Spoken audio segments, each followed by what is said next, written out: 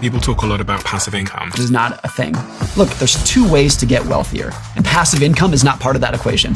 But what's really important for people is how we should spend money. Because I've written about money and finance and investing for 20 years, and I can tell you the correlation between how much you spend and how happy you are. It can exist, but it is not as simple as you think. Morgan Housel is the legendary financial guru, revealing that everything we've been told about saving and spending money could be our biggest downfall. And here's why. If you're unhappy with your life, it is a very easy assumption to make that if you had more money, a bigger house, a better car, whatever it might be, things would be better. And it's a lie we tell ourselves, of course. Because here's the truth. So much of spending is a psychological itch that you're trying to scratch. And that manifests in so many different ways. For example, life is a competition. It doesn't matter how well I'm doing, it matters how well I'm doing relative to you. And the most tangible way to do that is through material stuff. I was reading some funny stats. They say that if you win the lottery, the probability of your neighbor going bankrupt increases. It's an amazing statistic. So be careful who you socialize with, because you're going to anchor to them as a baseline level of success and happiness. So is it wrong to buy a Rolex? Absolutely not. But when it's controlling your personality, it's no different than any other addiction, where it's forcing you to do things that you otherwise don't want to do. What about people who don't seem to spend anything? It's just as dangerous. Like there's something called post-traumatic broke syndrome. And I'll talk about that. But I guarantee you that everyone can spend money in a way that's going to make them happier. So if I wanted to make a framework to know how to spend my money, where do I start? But also, based on everything you know about money, if I want to get complete financial freedom, what's the 5 things that I should be thinking about? The first thing that I think that's most important is I see messages all the time in the comment section that some of you didn't realize you didn't subscribe. So if you could do me a favor and double check if you're a subscriber to this channel, that would be tremendously appreciated. It's the free thing that anybody that watches this show frequently can do to help us here, to keep everything going in this show in the trajectory it's on. So please do double check if you subscribed. And thank you so much, because in a strange way, you're part of our history and you're on this journey with us. And I appreciate you for that. So yeah, thank you. Morgan, everybody loves to talk about investing. They love to talk about saving money. But I've never heard anybody emphasize the importance of spending money. You've written this book, The Art of Spending. So it begs the question, why would someone like you, who sells tens of millions of copies of their books when they write about something and really, really cares about the art of writing, commit themselves to writing a book about the art of spending when you could have written anything that you wanted to and it would have been a success?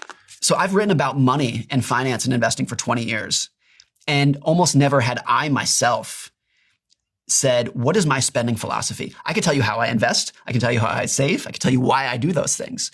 If 5 years ago, if you said, Morgan, tell me your philosophy about spending in your own life, I'd be like, I don't really know. And as I looked into it, there are literally tens of thousands of books on how to invest, how to grow your money, how to get rich, how to help your career. That topic is endless. There is virtually no book out there written about spending money. And I think the reason why is because I think we intuitively think nothing needs to be said, because the answer should be obvious. More is better, fancier is better. That's the end of the topic. But if you know particularly wealthier people, I mean, it affects everybody, but particularly wealthier people, you know it's not that simple. That the correlation between how much you spend and how happy you are, it can exist. Everyone can spend money in a way that's going to make them happier, but it is not as simple as you think. And as I started digging into it in my own life, of when have I been envious of other people, of their material possessions? Why was I envious? When have I been jealous? Why was I jealous? What kind of spending made me happy? What left me completely flat? It's a much more complicated topic than it seems at the surface. You know, another title for the book could have been The Psychology of Spending Money, because that's what this is. So it's a look at the psychology of greed and envy and social aspiration and like climbing the social ladder, who you're trying to impress, whether those people are paying any attention to you. That's what this book is. So for someone like me who wants to improve my relationship with spending, I guess the first question is understanding the art of spending money. Simple choices for a rich. What is it going to do for me? How is it going to make my life better to understand this? Why does it matter to the person that's listening right now? I think it is a very easy assumption to make if you're unhappy with your life, that if you had more money, those problems would go away. Yeah. Sometimes it can be true. It's not automatically false. It's just easier to assume that that's true than it actually is. And so I guarantee you that every single person listening to this right now has some degree of that. If I had a little bit more money, my problems would go away, even if they don't necessarily know it or not. So much of spending is a psychological exercise. There's an itch that you're trying to scratch, and that manifests in so many different ways. And so I've often thought of money, look, is money the root of society, the core of society? No. There's obviously a million things more important than money. But I do think it's the clearest window that we can look through to try to figure out what's going on in our own lives, in other people's lives, in society. It shows very starkly what people value, what they're scared of, what they're aspiring to become. There are many more elements to the puzzle. Your health, your friends, your family. We can go on that forever. But money is a very clear window that if you see how somebody engages with money, you're like, oh, I understand your insecurities. I understand your aspirations. I understand your self-confidence. I understand what you think of other people. But the point is that it's a psychological itch. It's not just, I want the nice car because nice cars are better. There's a social signaling. You're signaling to others. You're signaling to yourself. It's a trophy for yourself of what you've overcome. The more I dug into it, the more it was so clear of like, spending is not just on material stuff. It's not just, I want to buy this car or this house or these clothes or these jewelry because it's nice. It's, I'm trying to send a signal to others or to myself of what I've overcome. One of the ways I thought about this in my own life was if I was on a deserted island with maybe just me and my family, nobody could see how we were living. Nobody can see your house. Nobody can see your car. Nobody can see your clothes. Nobody can see your jewelry. How would I live? For me, and I think most people in that exercise, you immediately gravitate away from status and towards utility. Like I would not want a Lamborghini. I'd probably want like a pickup truck. Something that has like more utility. If nobody could see it, I would just want utility. I would not want an enormous house. I would want a house with a nice view because I'm not trying to show off to other people. I just want something that is calming and serene to myself. And so once you start seeing the stark difference between utility and status, once you force yourself to see it, you're like, oh, it's everywhere. Is something inherently wrong with status? No. Is it wrong to buy a Rolex? Absolutely not, particularly at certain points of your life. Okay. So when is it good? When is it bad? When is it indifferent? I don't know. It's hard to say what's good and bad in terms of a formula because everybody's different. But I would say this. My own personal desire to show off materially happened when I was in my late teens, early 20s. And looking back, I didn't know this then, but the reason why is because I had nothing else to offer the world. I had no intelligence. I had no wisdom. I didn't know how to love anyone. I had nothing else to offer. Friends, family, spouses, whatever it would be. And so the last remaining lever, if you're trying to get attention and respect is, well, look, I have no intelligence to offer. I have no wisdom to offer. Maybe people will admire me for my car. That was why I wanted it. And now that I hope I hope to today, 20 years later, I have a little bit more to offer to my wife, to my friends, to my family, to employers and customers, whatnot. Then my desire for those things has gone down, not to zero, but it's gone down. There's a great Warren Buffett quote where he says, success in life is when the people who you want to love you do love you. And key to that is like, you have to ask the question, like, who do you want to love you? And for a lot of people, the quick knee-jerk reaction is everybody. And so you want to have a nice car, nice clothes, nice jewelry, because you think everyone's going to stop and stare. When I drive this down the road, people are going to stop and say, look at that guy. Look at her. That's amazing. Like, they're so successful. I admire them. I respect them. And by and large, that is almost never true because no one's thinking about you as much as you are. They're not paying attention to your car or your clothes or your house. They're busy worrying about themselves. Jimmy Carr, who I think you've had on the show before, is that right? Mm-hmm. Love Jimmy Carr. He said this a couple weeks ago. I heard it, and it was one of those I had to stop and write it down because it was so profound. He said, in your 20s, people worry about what other people think of them. In your 30s, you say, I don't care what anybody thinks of me. And in your 40s, you finally realize the truth, which was nobody was thinking about you the whole time. They were busy worrying about themselves. And look, that's not black and white. Of course, people think about you and look at you and sometimes judge you, but not nearly to the extent that we think. And that was why I get back to the exercise. If nobody was watching, how would I live? The truth is because virtually nobody is watching, except the people who I really love and admire. And they're going to admire me for things that have nothing to do with the kind of car that I drive or the clothes that I wear. What's the evolutionary basis for all of this stuff? Life's a competition. It doesn't matter how well I'm doing. It matters how well I'm doing relative to you. It doesn't matter how big my house is. If I'm trying to signal, all that matters is my house is bigger than yours. That's true for all wealth. There's no such thing as you are wealthy once you have X number of dollars. That does not exist. Everything is relative to other people. And the truth is that we live in a world of such material abundance where the majority of people listening to this will have some sort of shelter and a car and can buy clothes and whatnot. And because relative to a lot of history, we live in material abundance. The competition, the arms race for bigger, nicer things is extraordinary. And it's way more powerful and potent today than it's ever been for two reasons. One is social media.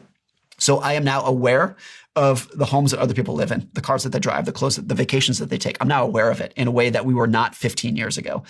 The other thing is because the internet has democratized access to audience and attention, the ability to become extremely rich is much more powerful than it's ever been. It's still rare, of course, but it's easier today than it's ever been to become very, very wealthy, even if only a small number of people are doing it, because your potential customer base is now the entire world.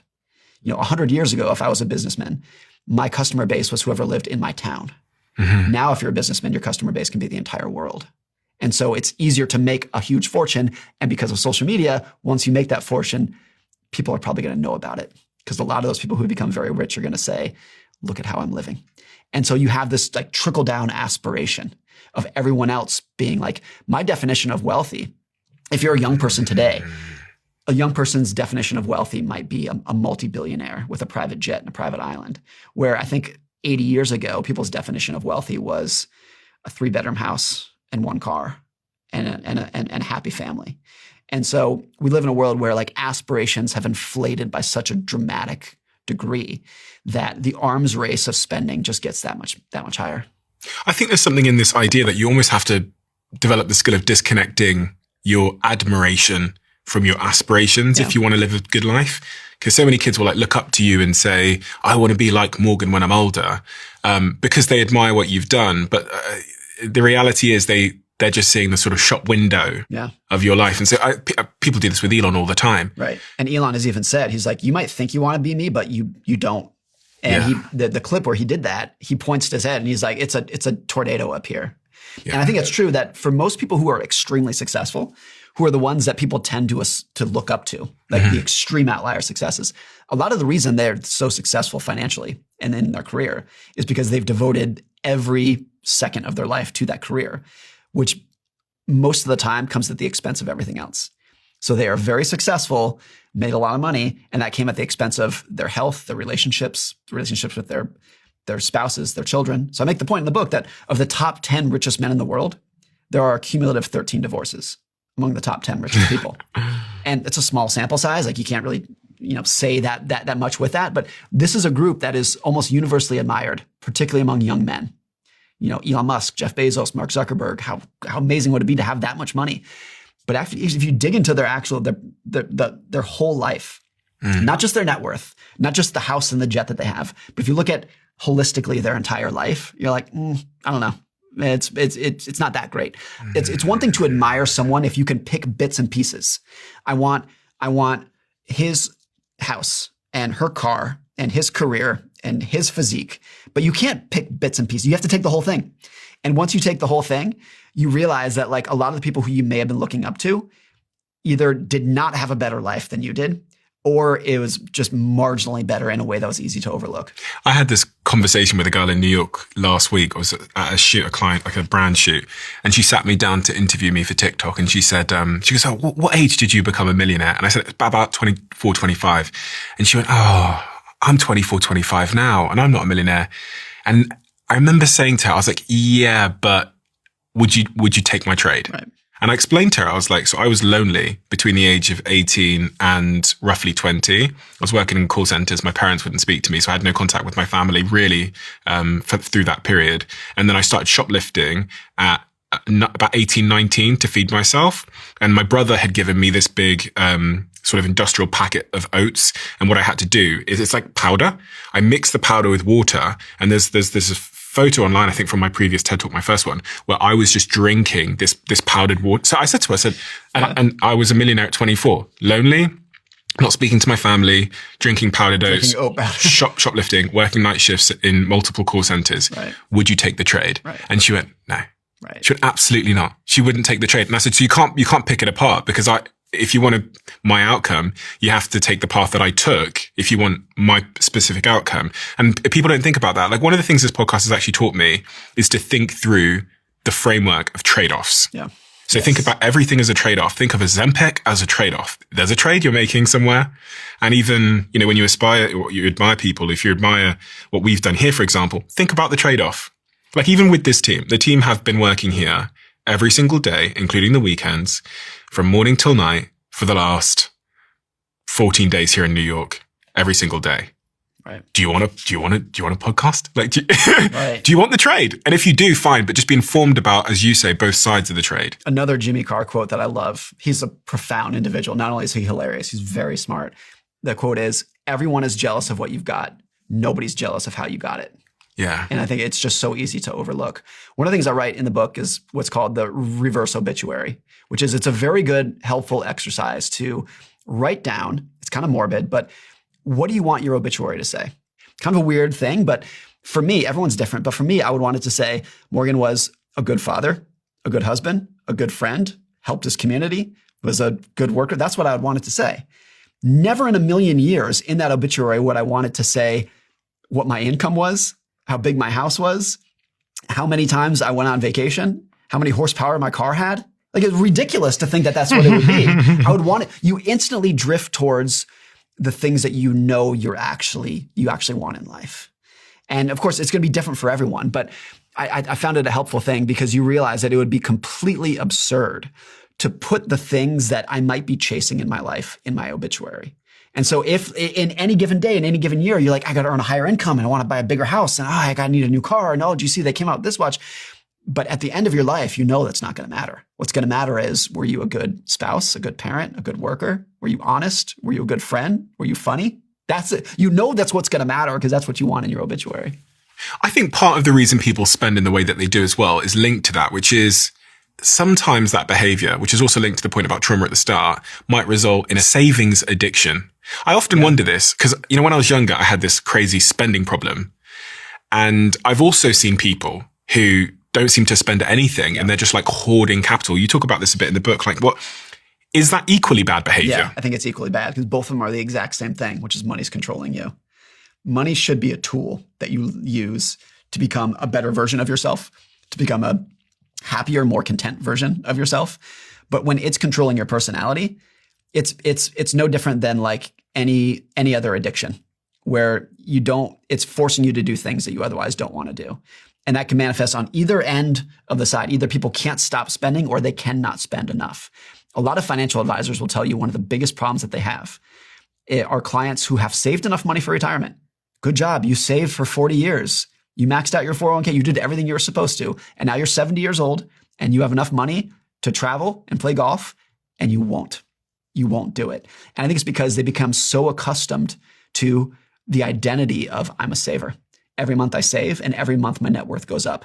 And they cannot bring themselves into switching gears and going in the other direction.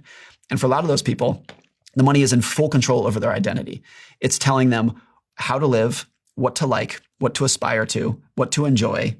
The money is totally in control of their personality.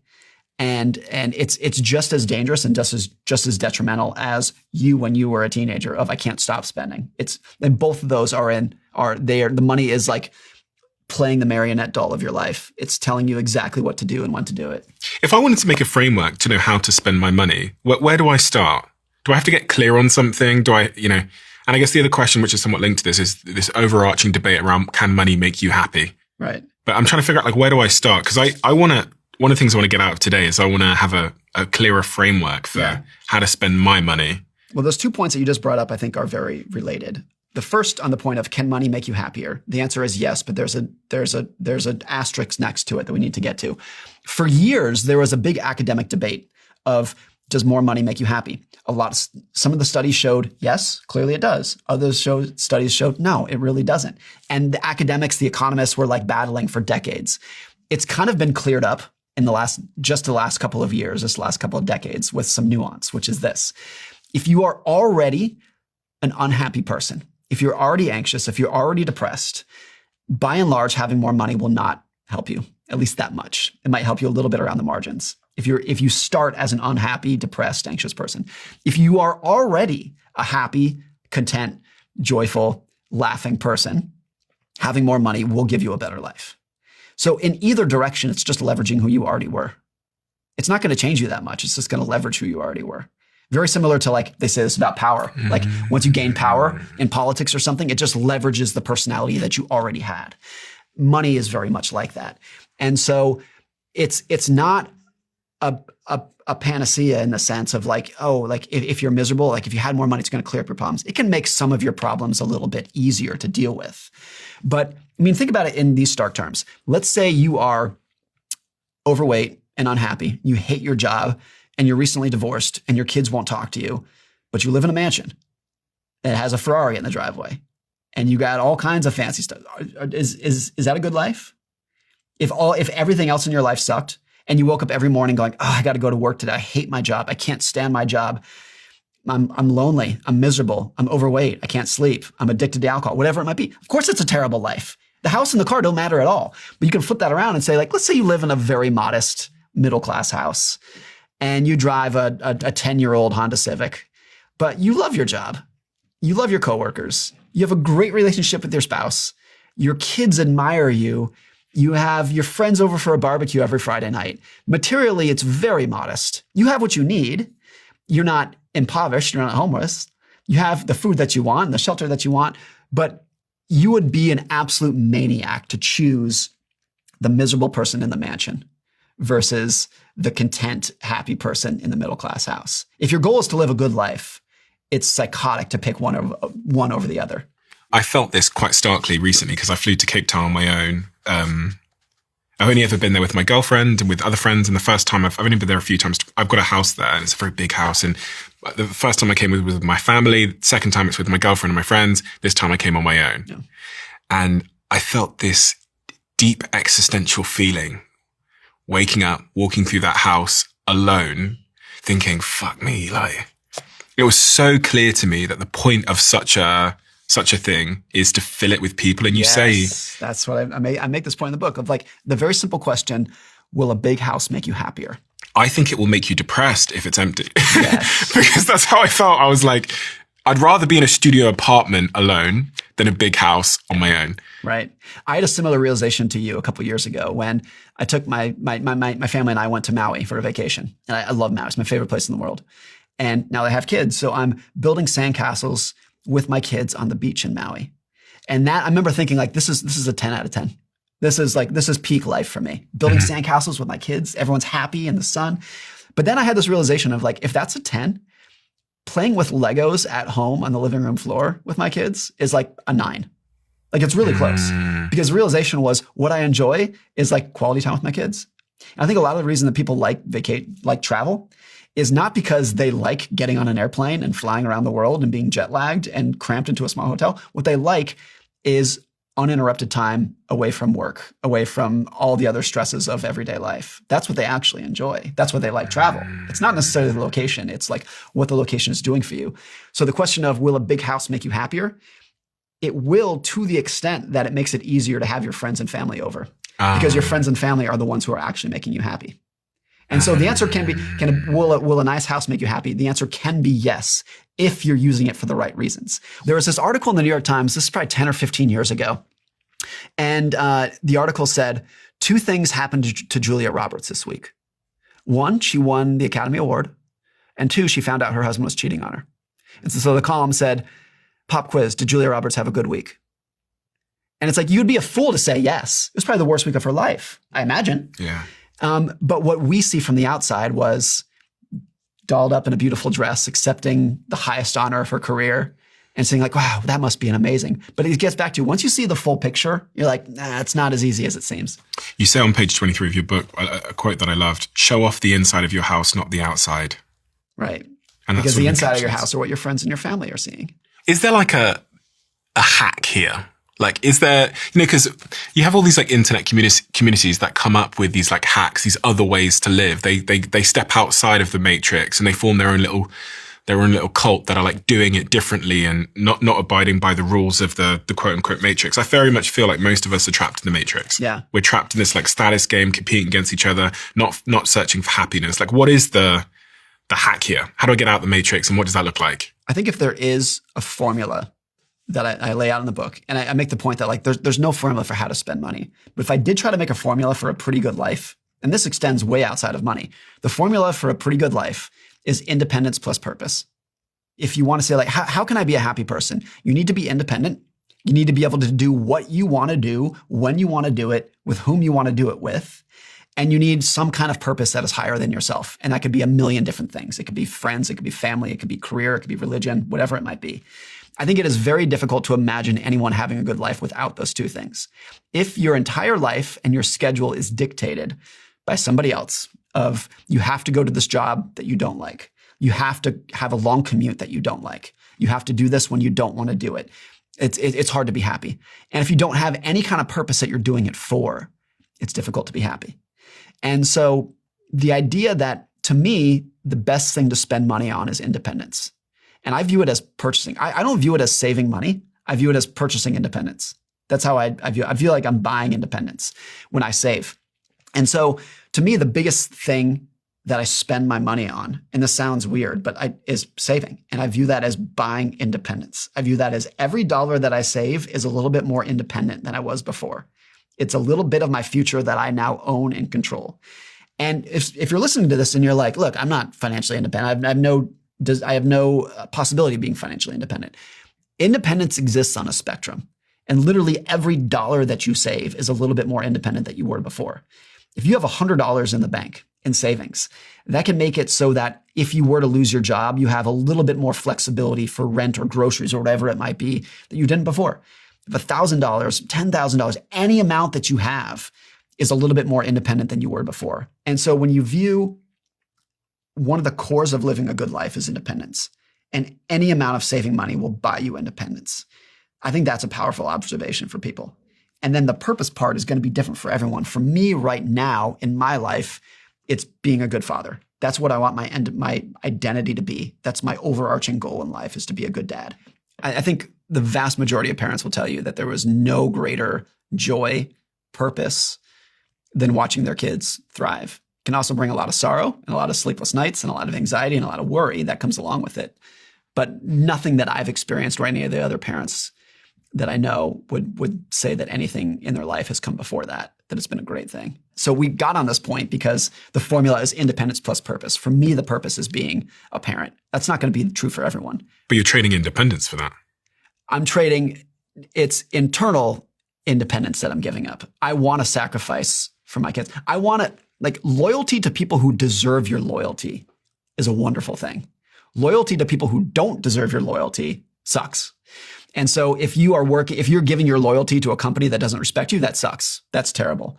Loyalty to people who deserve it is a very fulfilling thing. So my kids deserve my loyalty. How did they earn that loyalty? Just by being my kids. And there's some days where I feel like they don't appreciate it, of course. But I think that tends to be true. People get into problems when they are loyal to people or organizations or political affiliations who don't deserve the loyalty. That's when it gets dangerous. Do you think the promise of independence and freedom has a secret, hidden, dark trade-off that people don't talk about? Because there's this culture right now of like, be your own boss and stand on your own 2 feet. And when you think about what makes humans happy, it seems to be collective things. It seems to be actually, in your case, as you're saying, dependence. Your kids depend on you. Yes. And in some ways, you depend on them. All the things that seem to, like having my friends at my house made me happier than being in the house alone. Right. But the public narrative is all about like optimizing for freedom, whatever that means. And really more so optimizing for independence, not depending on someone else. Yeah. But when you look at the people that seem to be the most unhappy, they seem to be the most independent. Right.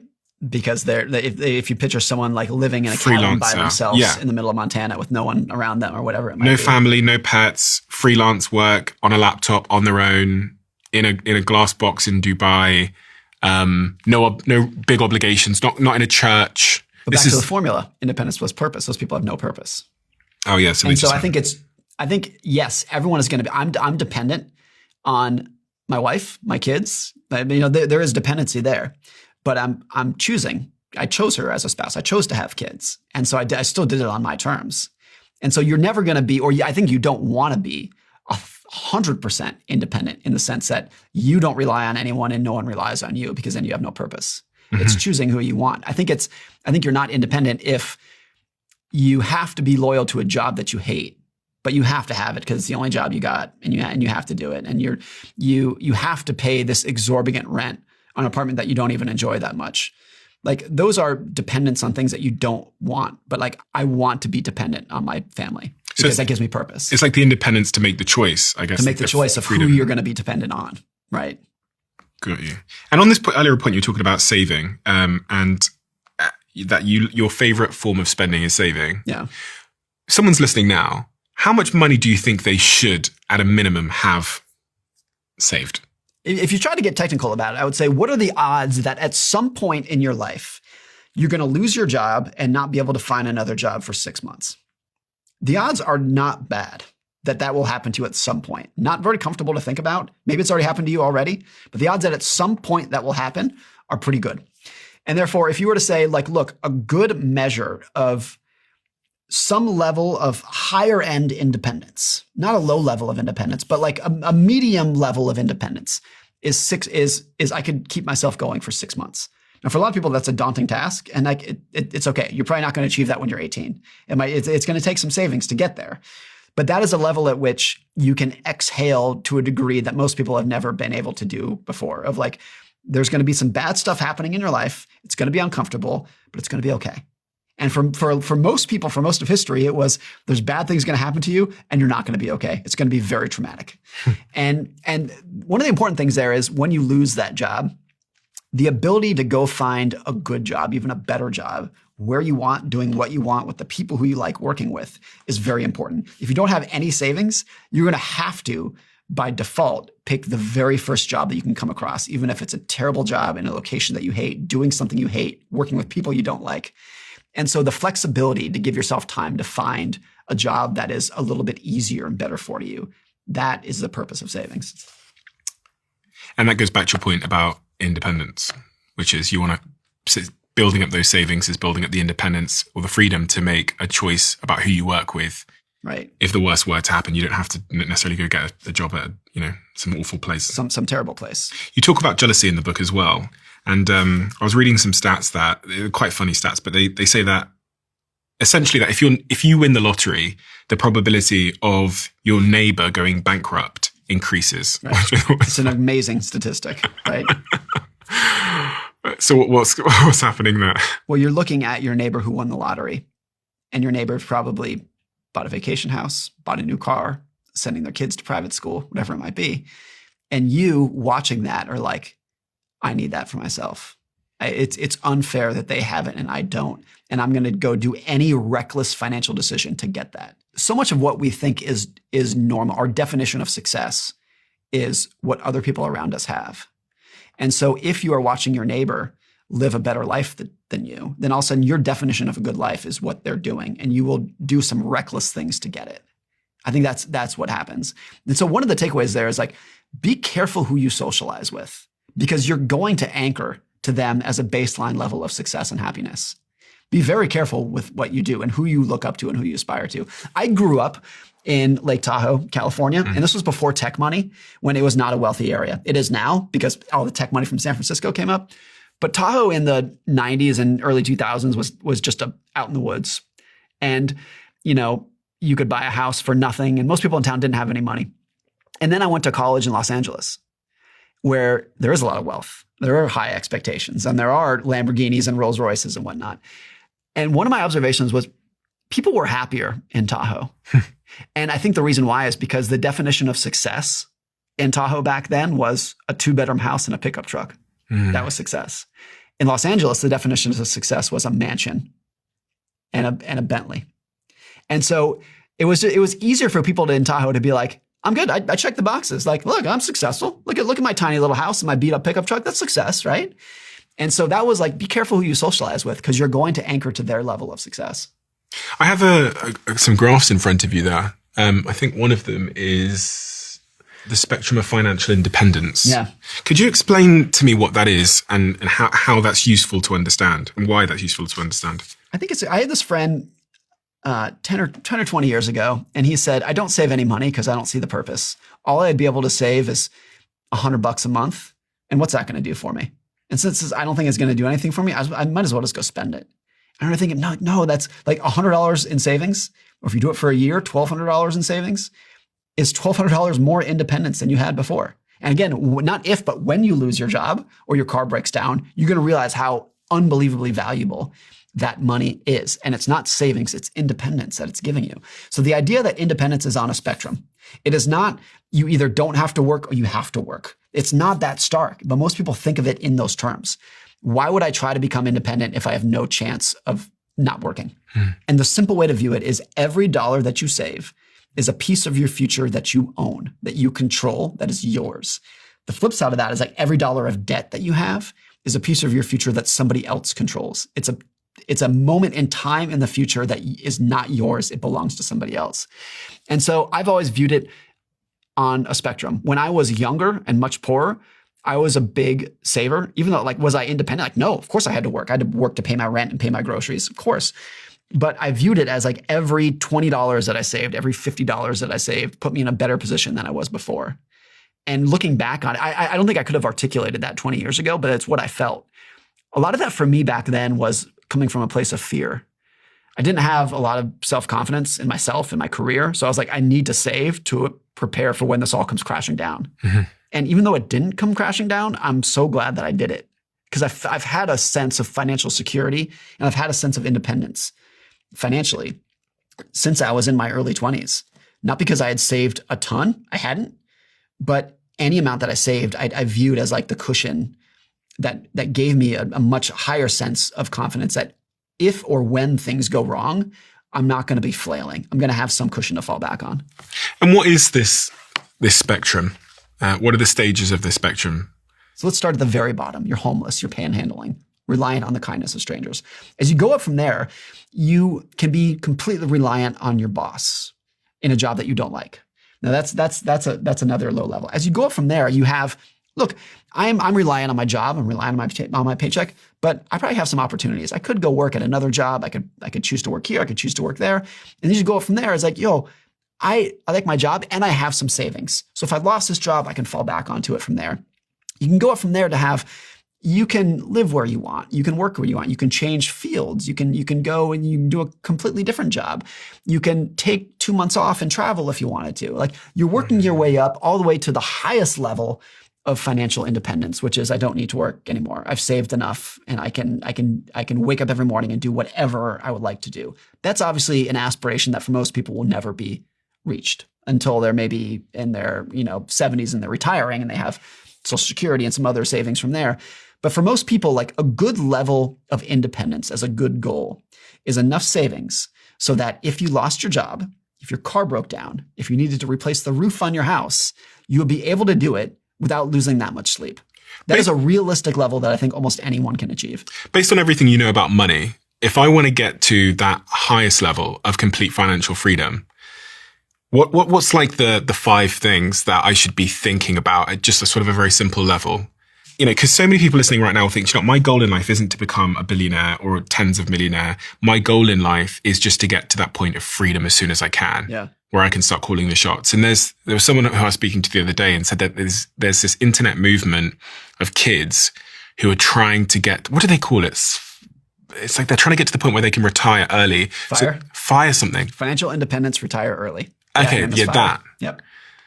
Like how do I get there? The first thing that I think that's most important, this is the first and the last thing, this is the most important part, is that all wealth, your feeling of wealth, is what you have minus what you want. And it's so easy to ignore the latter. I talk about in the book my late grandmother-in-law, my wife's grandmother, she passed away a couple years ago. For 30 years, she lived off of nothing but $1,700 or $1,800 a month in Social Security. Not a lot of money. By most accounts, very little money. But she didn't want anything more. If she made $1,700 a month, she did not want $1,700 in $1. She was perfectly happy. She found all of her happiness working in her garden, going for walks, watching the birds, watching the sunrise, watching the sunset, talking to her friends, hanging out with her family. But if you asked her, you said, you only make $1,700 a month. You're broke. Doesn't that make you unhappy? She'd be like, what? Like, do you think having more money makes the sunset more beautiful? Do you think having more money makes going for a walk more pleasant? And I'm not saying you should live like you should be content with that amount of money. But the point is, like, she was content. She was totally content, and it was her choice. And I think she was happier financially than some billionaires. Because there's a lot of billionaires who have $1 billion, but they want 2. They have 2 billion, but they want 4. One of the things is that happiness might be the wrong word here. The word that people want is content. When you sit here and daydream about having the bigger mansion, what you're actually doing is you are imagining yourself in the mansion being content with it. You imagine yourself sitting in that house and saying, I don't want anything more than this. The feeling that we are aspiring to is just being content.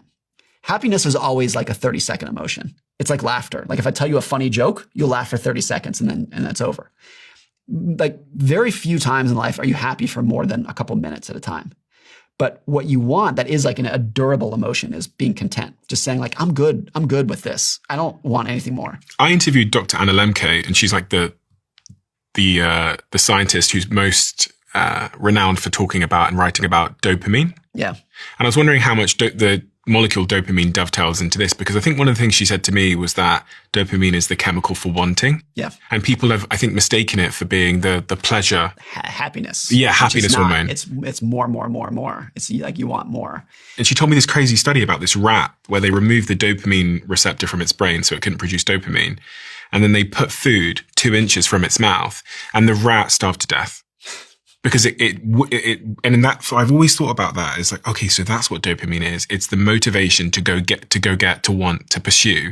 What role is dopamine playing here? It's huge. And that's actually a good realization to be like, a lot of this is not something that you can solve on a spreadsheet. It's not something you can solve with a formula. It's chemicals in your brain. And obviously some people are going to be more susceptible to that than others. I think my grandmother-in-law just had, for whatever it was wired differently than most people. Part of that was like she was a product of the Great Depression. She grew up during the Great Depression, which probably like lowered her expectations. She never had social media and whatnot.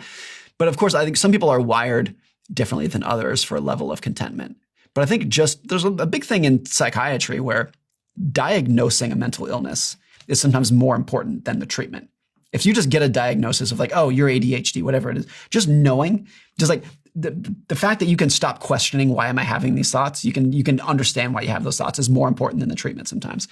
And I think that's true here. It's easier said than done to completely control your desires, but just knowing why you're doing it and realizing that it's probably not going to give you the happiness that you want, that it's just like any addiction, that the more you chase it, the further away it's going to get, can go a big ways. And so for me, myself, there's all the time, there are moments where I'm like, oh, I should get that car. Maybe we should get a bigger house. I have those feelings daily. So the feelings don't go away, but I think I'm better now than I've been in the past at reminding myself of like, it's not going to make you happier. You know that. You've tried this before. You've tried it before and it didn't make you happy. What is going to make you happy is spending time with your kids, having a good relationship with your wife and your own physical health, and laughing with your friends and having good times with people who you enjoy. You know that's going to make you happy and you know that's not. And I have to remind myself because it's not intuitive. And I have dopamine that tells me you should want more. So you never get over it. But I think once you've diagnosed the problem, it becomes easier at just like spotting that emotion and realizing that it's telling you a story that's probably not true.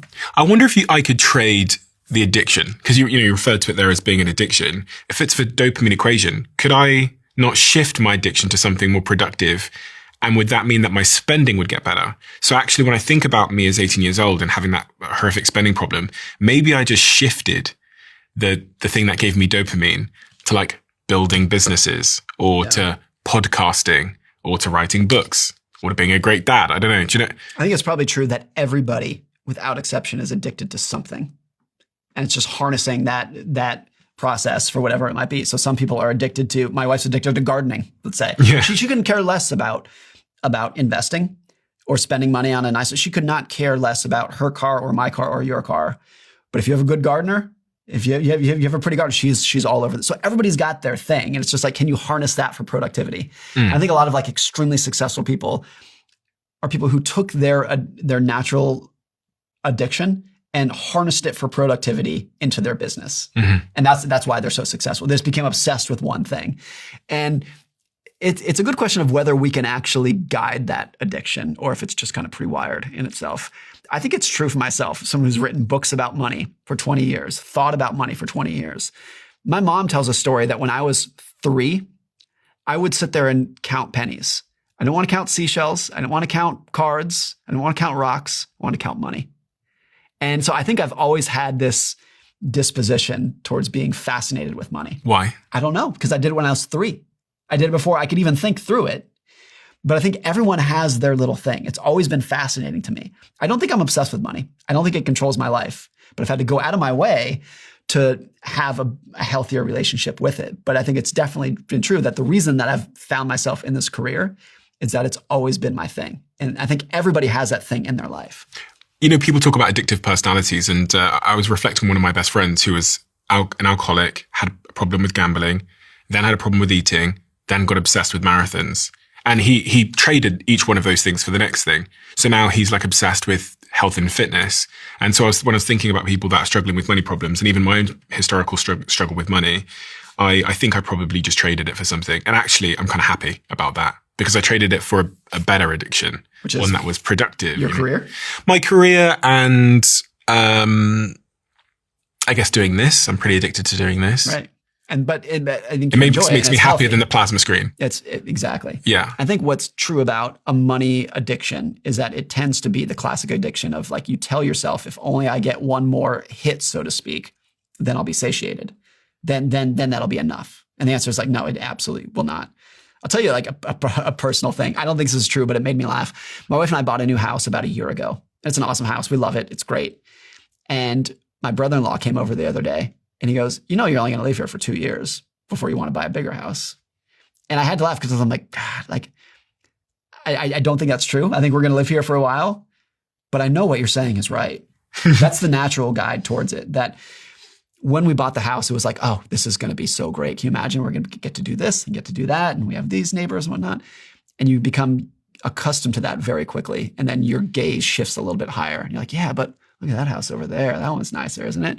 That's always the natural thing. And that's dopamine at work. That is dopamine purely at work. Because the truth is our previous house was great. And our previous house used to be our dream. And dopamine exists when there's a gap between where you are and where you want to be with something. And when that gap closes, they often refer to that as the arrival fallacy. Yeah, right. Which is a really kind of what you're describing. You tell yourself, once I get there, then I'll be good. Then that's enough. And it's a fallacy because you know that's not true. As soon as you get to that, whatever that mountaintop is, there's another mountain above it.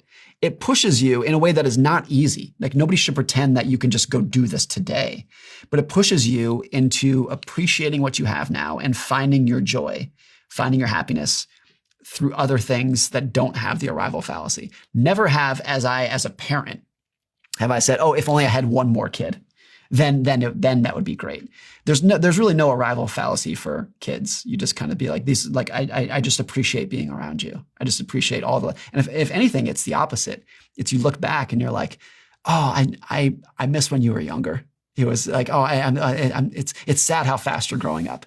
If anything, rather than like looking ahead and being like, oh, it's going to be better then, you're looking back and you're like, oh, I wish I had appreciated that phase a little bit more. When you talked about one of the ways to get to early retirement and to live a better life is to want what you have and basically want less things. I go back and forward a lot with this idea because there's like the monks who say that like happiness is not wanting something.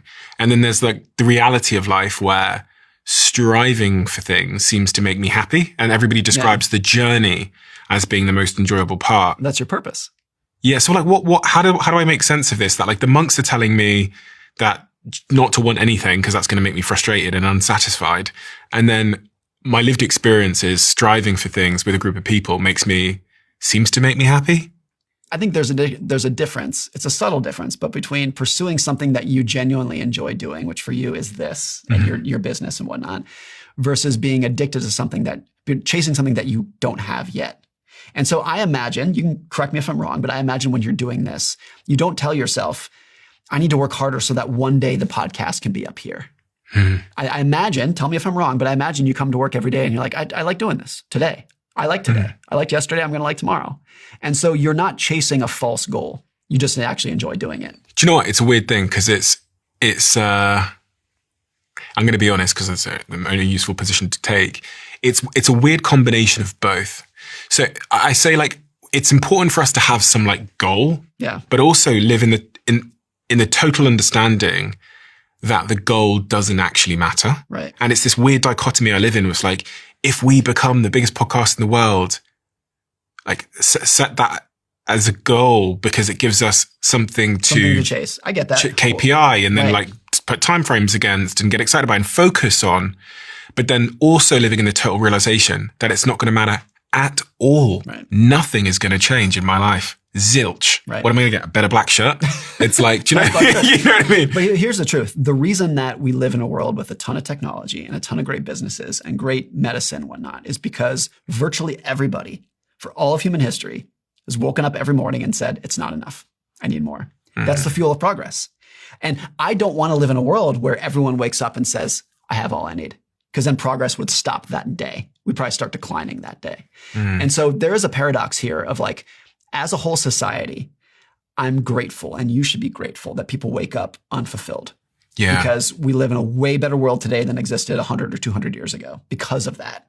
And the richest people in the world, who I think are by and large tortured psychologically, have created amazing technology that you and I benefit from. And the reason we're doing this podcast is because people before us who are way wealthier than you and I woke up in the morning and said, this is not enough. Bill Gates, Jeff Bezos, all those people, Elon Musk, Mark Zuckerberg, they woke up and said, I don't care if I have $100 billion. It's not enough. I need to create better technology. And that's great. We benefit from that. And so there is a paradox here that and that will never change. That will never change. So there's a paradox that like the better society becomes, I think. Like it's always going to be the case that as a whole society, we're going to have a level of angst and anxiety and not be satisfied and say it's not enough. At the individual level, though, I think you can recognize that game and contextualize it within your own life and say, like, look, I want more money. I want to sell more books and have a better career. I want to save more money. I also have to go so far out of my way to put it into context and say none of it's going to matter unless I have a higher purpose beyond that money. So I think you can aspire for more and still go out of your way to realize what the expectations game is, even if you can't perfectly control it. It's similar to like, I want to eat a good diet. Of course, I want to eat healthy food. I'm not going to pretend for a second that I don't want Oreos and ice cream because they're great and they're always going to taste great. And so I'm never going to get to a point where I say, I don't want a nicer house. I'm a human. And so are you, and so is everyone else. You're always going to have those feelings, but you can recognize the game. You can recognize the voice that's talking to you and realize when that voice lies to you and when it's telling you a story that is either false or just a little bit incomplete. I think if you had to like say, who is the happiest person in the world on average, not like naming a person, but if you had to describe the life of like, who's the happiest person out there, my guess is it's probably something close to a middle-class family that lives in a 3-bedroom house and has a 5-year-old car, but they have an amazing marriage, tons of friends, they're in good health, but they are, by any other statistic, ordinary. And at the end of their life, more than the people who are very, very successful, that ordinary family is going to look back when they're on their deathbed, when they're 95 years old and be like, that was good. That was a good time. Do you think, this is a very strange question to ask, but do you think I could make myself like that? No. Here's the truth. I think on the nature-nurture spectrum, most of what we believe and the feelings that we have is forged at conception. And we're just wired that way. And there's not much we can do about it. Some people have different aspirations. Elon Musk was born wired very differently than you and I. And there's nothing we can do about that. So we are who we are, but I think we can put those feelings into a better context. Even if we can't control having those feelings, we can tell ourselves a more complete story about why we're having those feelings and what those aspirations will actually do to our happiness. So on this point of how to retire early, the first one was about managing what you want. Is there anything else there that if I'm trying to increase the probability that I get to retire early, I should know in terms of tactics and strategies? Well, one of the things, this is a little bit different than the question that you asked, but one of the things that's important is that a lot of the people who do retire early, who they tell themselves, I'm going to save so much money, and I'm going to retire when I'm 32, and then life's going to be great. What actually happens is they retire at 32, and 6 months later, they're bored out of their mind. And they realize that like what actually makes you happy is purpose. And for a lot of people, their purpose can be their career. Or they realize they had this idea that when they retired, it was just going to be a great life. But the truth is all of their friends are working and don't have time to go play golf with them on Tuesday afternoon. And so a lot of those people who retire early end up going back. And they realize it was not what it was made out to be. Because they had, if the formula is independence plus purpose, they gained independence, but they kind of lost their purpose. And then and so it was incomplete. They didn't get what they wanted. What about passive income? People talk a lot about passive income. I had a friend DM me the other day and say, Steve, I've got some debts, etc. But if I could just figure out a way to create some passive income, then that should solve the problem. And this term passive income has become like completely overused. Yeah. Because, for example, a lot of people, when they talk about passive income, they're like, oh, I'm going to own real estate. I'm going to have some rentals, and that's passive income. If you think owning a rental property is passive income, you've never owned a rental property because there's nothing passive about it. It is a constant chain of broken toilets and leaky roofs and tenants who don't pay you on time. And there's nothing passive. That's a full-time job doing that. And so I heard someone say this recently, that there's two ways to get wealthier. You can sacrifice more or you can want less. And that's it. And gain passive income is not part of that equation. Because what's the first one? Sacrifice more. What does that mean? Work harder. Work in a job that has a lot of downsides, that might stress you out and requires you to wake up early and go to work and do some things that you don't want to do and spend time away from your kids in a way that you don't want to do. Sacrifice more or want less. Those are your two choices. And I think that's important in the passive income debate, because I don't think but there by and large is not a thing of passive income. Even if you're just like, you put your money in a savings account that pays 3% interest. Well, you had to sacrifice to earn that money and to save that money and to delay the gratification of that money. I really think it's an ironclad formula. Sacrifice more or want less. Those are your two options. It's not nice. But it's true. People want, tell me which crypto to right. to invest in to get that. Of course, everyone's always going to want the easy answer. Just like for health, the answer is eat a better diet and exercise. Nobody wants that. They just say, what's the secret potion? What's the secret formula? And maybe now we have Ozempic, so maybe now it's closer to a secret formula.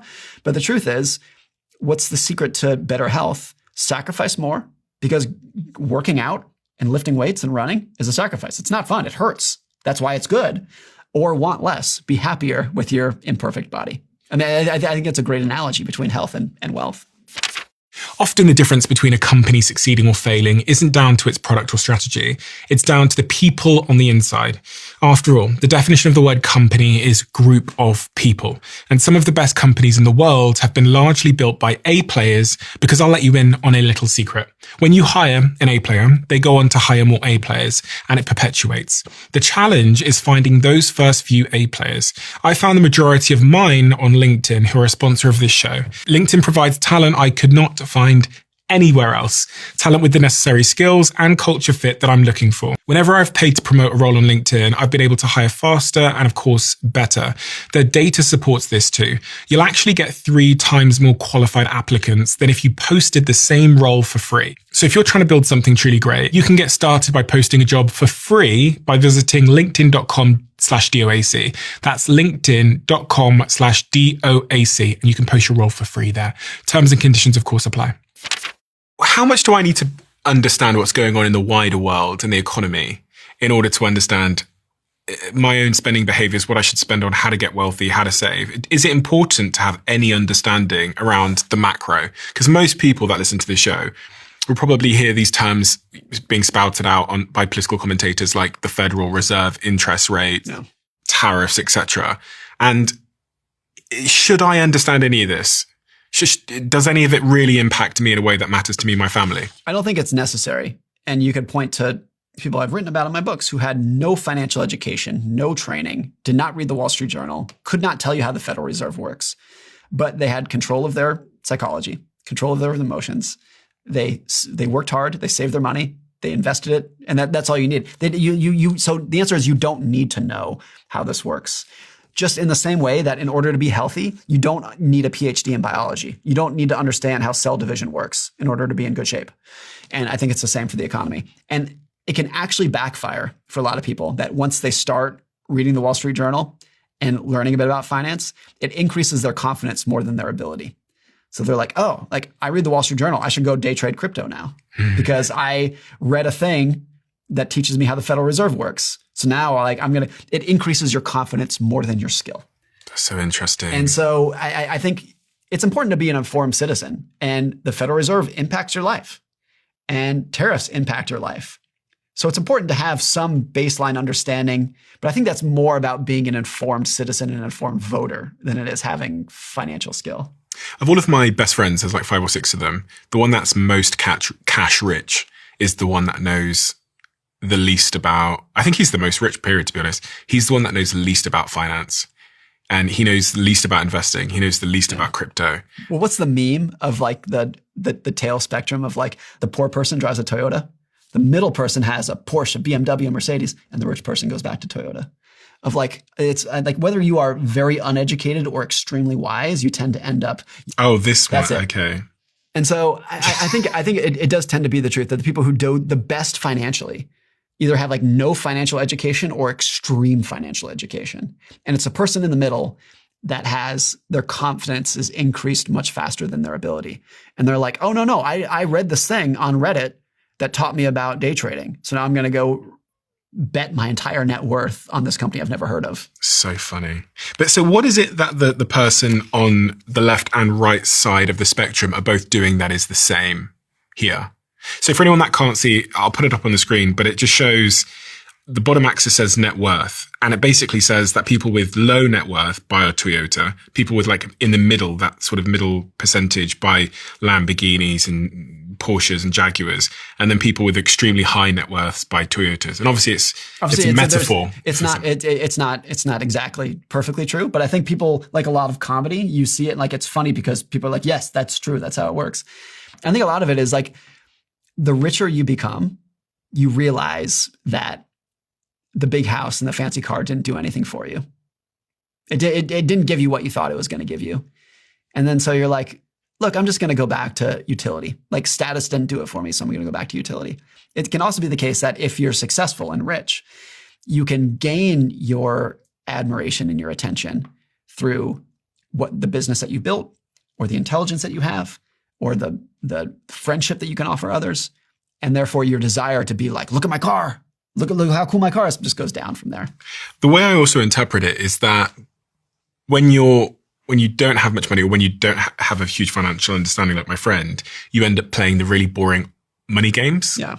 And when you have a huge financial understanding, you probably also spend a lot of time playing the boring money games. And by boring money games, I mean index funds. Yeah. And the S&P 500 versus like crypto. Yeah. I think you'll see that in investing, that like the absolute layperson will invest in index funds. And the extremely experienced Wall Street veteran will invest in index funds as well. And it's a person in the middle that just has like a little bit of intelligence, a little bit of experience, a little bit of information that is trying as hard as they can to outperform the market. I kind of learned that from reading your book, The Psychology of Money, because I think like many people thought there was some trick or hack that this book was going to teach me to figure out how to trade coins at the right time or to like do Forex trading or whatever. But ultimately the book, if there was one overarching lesson it taught me, was that like patience and more boring investing is the way to build my wealth over the long term. And that like all other strategies have hidden trade-offs which lead you to being broke. Yeah. I think there's a truth too that like there's an optimal level of intelligence that you want for investing, where you want to be smart enough to understand the basics, but not so smart that the basics bore you. And a lot of people get so smart that they're like, look, index funds, compound interest, it's too boring. Like I need something really complex to satisfy the intelligence that I have. And I there's a sweet spot where you're like, for me, I'm just like, oh, index funds and compound interest, like that's kind of as high as my intelligence goes here. Mm-hmm. But I think the truth is that is the best position to be in. Smart enough to understand the basics, but not so smart that they become boring to you. Because once they're boring to you, you're just like, sweep those away. Let's try to pull some more levers here. What is going on in the world at the moment, Morgan? It feels like people are more divided than ever before. And I feel like a lot of these subjects we talk about are somewhat interconnected. It feels like there's a rise in inequality. You probably know the numbers better than I do. There's a graph in front of you there, which shows, I think is it wage growth? Yes.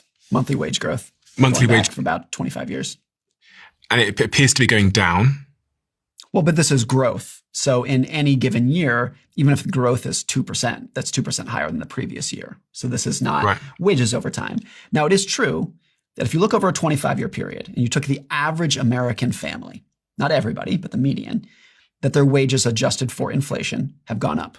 Not up as much as people would want over 25 years, but that they are better off than they were 25 years ago. What is also true is that the average median family would probably disagree with that statement, even if it is true statistically, for several reasons. One of which is their expectations have gone up over the last 25 years. The other is, even if you're looking at average wages, average, when we talk about these statistics, does not refer to any specific family. This is just a statistical number. Everyone spends their money differently. So if I told you, hey, average family, you're richer than you were in the year 2000. And they're like, yeah, but I'm trying to put my kids through college. And have you seen the price of college? And like, yeah, that might be true because the price of TVs has gone down. But have you seen the price of rent and housing? Like at the individual level, these statistics don't really mean that much and never have. I think a lot of economists get into a problem with that when they're like, well, statistically, X, Y, and Z has happened.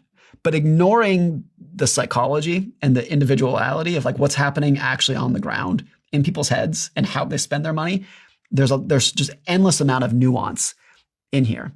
And so I think it's always been true that we live in a world where over long periods of time, there's good economic growth. We become wealthier. We have bigger, better things. We have more income. We have better medicine. It's equally true too that like there is always something legitimate to complain about. And it's legitimate to complain about. It's not just like, oh, you should be more grateful. It's a real thing. And so when I look at a graph like this, actually if I was thinking just like with my math head, I'd be like, oh, there's been quite a bit of growth over the last 25 years. Like the growth has been gone up and down, but it's growth. Never in this chart is growth below zero. I guess the question there is, are rich people getting richer and are the poor getting poorer? It depends. I mean, it's at the end of are the rich getting richer? Yes. Are the poor getting poorer? Statistically, no. Even adjusted for inflation? I mean, it depends what period we're talking about here. Yeah. There was about a 20 or 30-year period where the answer was unequivocally yes. There was an interesting trend over the last 10 years where in percentage terms, the group of wage earners who had the highest percentage growth were actually the low wage. That was true for 2 or 3 years after COVID, where if you were a minimum wage worker, those were in percentage terms great years for you for getting wages. It's tapered off. So the answer to your question is the rich are getting richer. The poor, I think, are treading water by and large. There's always people who are doing differently than that. But when one group of society is getting richer, treading water feels like you're falling. And the specifics of how people spend their money. So even if on average, adjusted for inflation, their wages are flat, but if your rent skyrocketed, or you're trying to send your kids through college, or you have a long commute and you got to put gas in your tank, the individual level, things can feel very, very different from what the statistics show. And what role do you think this sort of wealth inequality that is widening between the very, very top and everybody else is playing in everything that we're seeing play out at the moment? Because in the UK, it's almost like we're on like the verge of riots, it seems. And I think last month, there was millions of people in London protesting against immigrants coming over on boats and society becoming more multicultural. I'm so fascinated by this subject because, earlier on we said that unless you have immigration in the Western world, you have population decline. And but population decline sucks. Because you have a hit on GDP. The biggest problem right now throughout a lot of the world, at least one of the biggest perceived problems is immigration. And the same's playing out in the United States. If I go on X, although I know what X is, it's people, maybe it's just my algorithm, but it's people attacking immigrants and immigration and people that are brown and black and whatever else it might be. I'm wondering how all of this is intertwined and if it is connected at all, in your view. I think as an amateur student of history, across cultures, all over the place, all through history. What you want to avoid more than anything in society is when probably a third of the population wakes up every morning and says, this isn't working. That's the point at which it's going to collapse from there, is when enough people wake up in the morning and just have this feeling of like, whatever this is, it's not working out for me. You want to avoid that part. And so like, look, I tend to be a free markets guy. I'm a capitalist. I think people should be able to become very wealthy, et cetera, et cetera. You also don't want to get to a point where people become so wealthy that a big chunk of society just wakes up every morning and says, fuck this. This is not going to work out for me. And I think we're either there or precariously close to there in a lot of areas in the world. Social media, that's always been the case. And social media makes it 100 times worse than it's ever been. Mm-hmm. For example, you and I are recording this a day after Charlie Kirk was assassinated yesterday. And there were, who knows what percentage it was, but I think it was not hard on social media to find people who were celebrating it yesterday. Now, when Martin Luther King was assassinated, did those people exist too who celebrated assassination? Of course. But because of social media, by and large, you did not hear from them unless you were part of that group. Whereas today, virtually everybody yesterday saw people celebrating Charlie Kirk's assassination. And so even if those feelings existed in the past, they're much more apparent today. You see them today in a way that you did not before.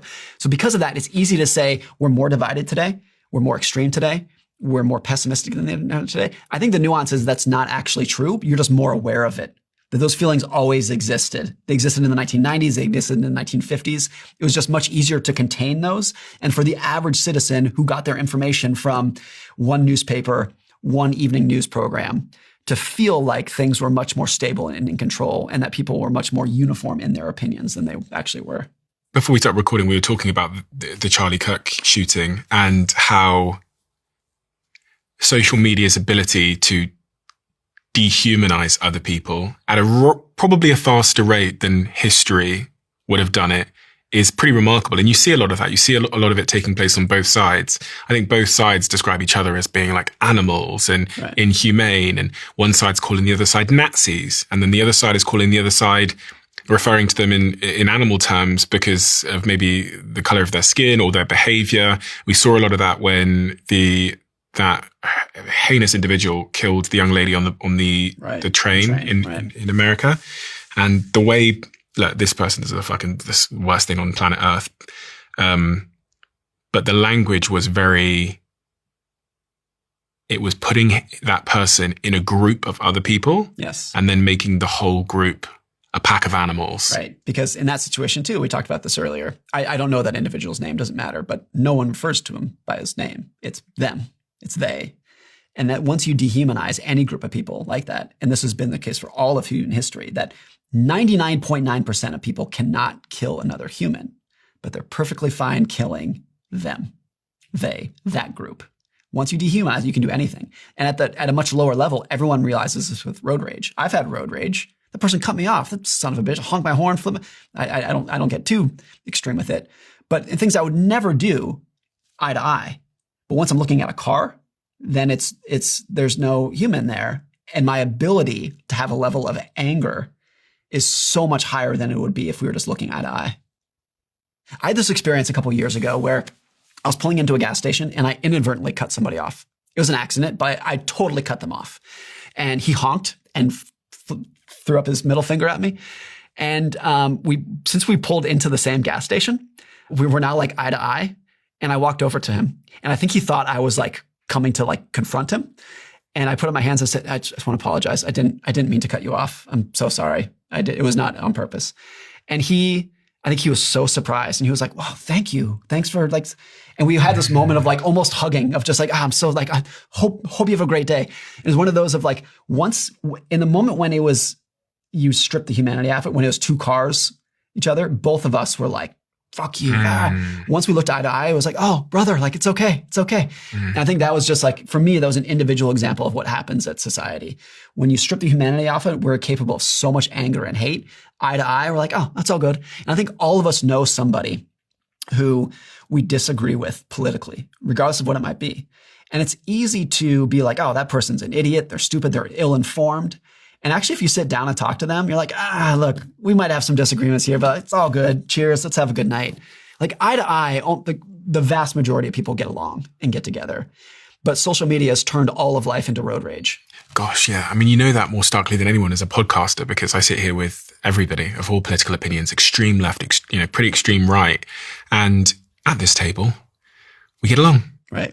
We get along, and even off camera, we get along. I think so many people have said this in the last 24 hours about Charlie Kirk. Yeah. One of the most common phrases I've heard was, I didn't agree with everything he said, but at least he was brave enough to have a conversation with people who he disagreed with. That was what he did, by and large, was going into schools and being like, I know you disagree with me. Let's talk. And he turned it from road rage into a conversation between people. And even if you disagreed with him, I think he did it very right in that sense. And I think that's why people from all over the spectrum are devastated in the last 24 hours. It was like he was one of the people who was doing it right. Even when you disagreed with them, he was having a conversation face to face and bringing people together. I think that absolutely hits the nail on the head, which is, I think, there's things that I absolutely don't agree with him on, but I actually think that's just completely beside the point, because I want to live in a world where there's people that I disagree with. I actually wouldn't choose the world where everyone I encountered agreed with my opinions. There would be no intellectual growth. There'd be no understanding. There'd be no real progress. But also, as you've highlighted, the way that Charlie Kirk went about it was he went to Oxford University and went on the formalized debate panel against other people. He didn't hide in an office and opine on social media. He went face to face and said, I know you disagree with me. Let's have talk. And I'll listen to what he wasn't interrupting people all the time. He was hearing out their points and he was making his. Respectful about it. Yeah. And what is missing from all political discourse today? It's I know you disagree, but let's talk and let's try to be respectful about it. And I can't think of anyone on either side who did that as consistently as he did. Even if I disagree with him. The idea that we're only going to talk to people who we agree with is what causes all the problems. I don't understand these fucking people. I don't understand. It's much more comfortable to surround yourself with people who agree with you than to accept the nuance of life. And this is the problem with a lot of political media, is that it creates much better content when people say, this is right, this is wrong. He's right, he's wrong, to make it very explicit, binary, black and white, than it is to accept the truth, which is like, it's complicated. I think I was traumatized yesterday when I watched that, when I saw the video of him being shot. I think it was this weird, deep sense of I've not been able to articulate what it is, but it was, I don't know Charlie Kirk. I've never met him. There was a time when, we were potentially going to have him on the show and we were trying to figure out who to have here with him, because he's such an unbelievable debater that he would have ran fucking rings around me. Yeah. So I was like, who can you put to challenge him? You'd be like, fine, I'm conservative. yeah. But there was something really surprising in how I felt when I both heard the news and saw him being shot. This young guy, family person who was out debating, who had ideas that many people disagreed with, but was in a forum where he was having them challenged, could be executed in public on live stream in a way that his children are going to watch that video when they grow up, probably multiple times. And I was like, oh God, what does this say about the society we live in and where we're heading? I know guns play a huge role in this, and we have to acknowledge that, because it's very, very unlikely that could have happened in the UK, because we don't have guns there. Yeah.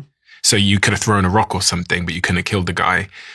But it's almost it feels like a crescendo of the moment, where division and algorithms, and now that X has gone a certain way and other platforms are going certain ways. And if you look at the stats, there's more social networks now that have more than 20 million active users than at any time in human history. It's gone up by 50% in recent times, which means we're becoming more splintered. Yeah. And then if you understand the commercial models of these algorithms, their commercial model is dependent on you spending more time there. So how do I get you to spend more time there? Well, I give you more of the things that are going to trigger your amygdala, which is, your fear senses and the things that are going to drive you into rage and debate and engagement and sharing things.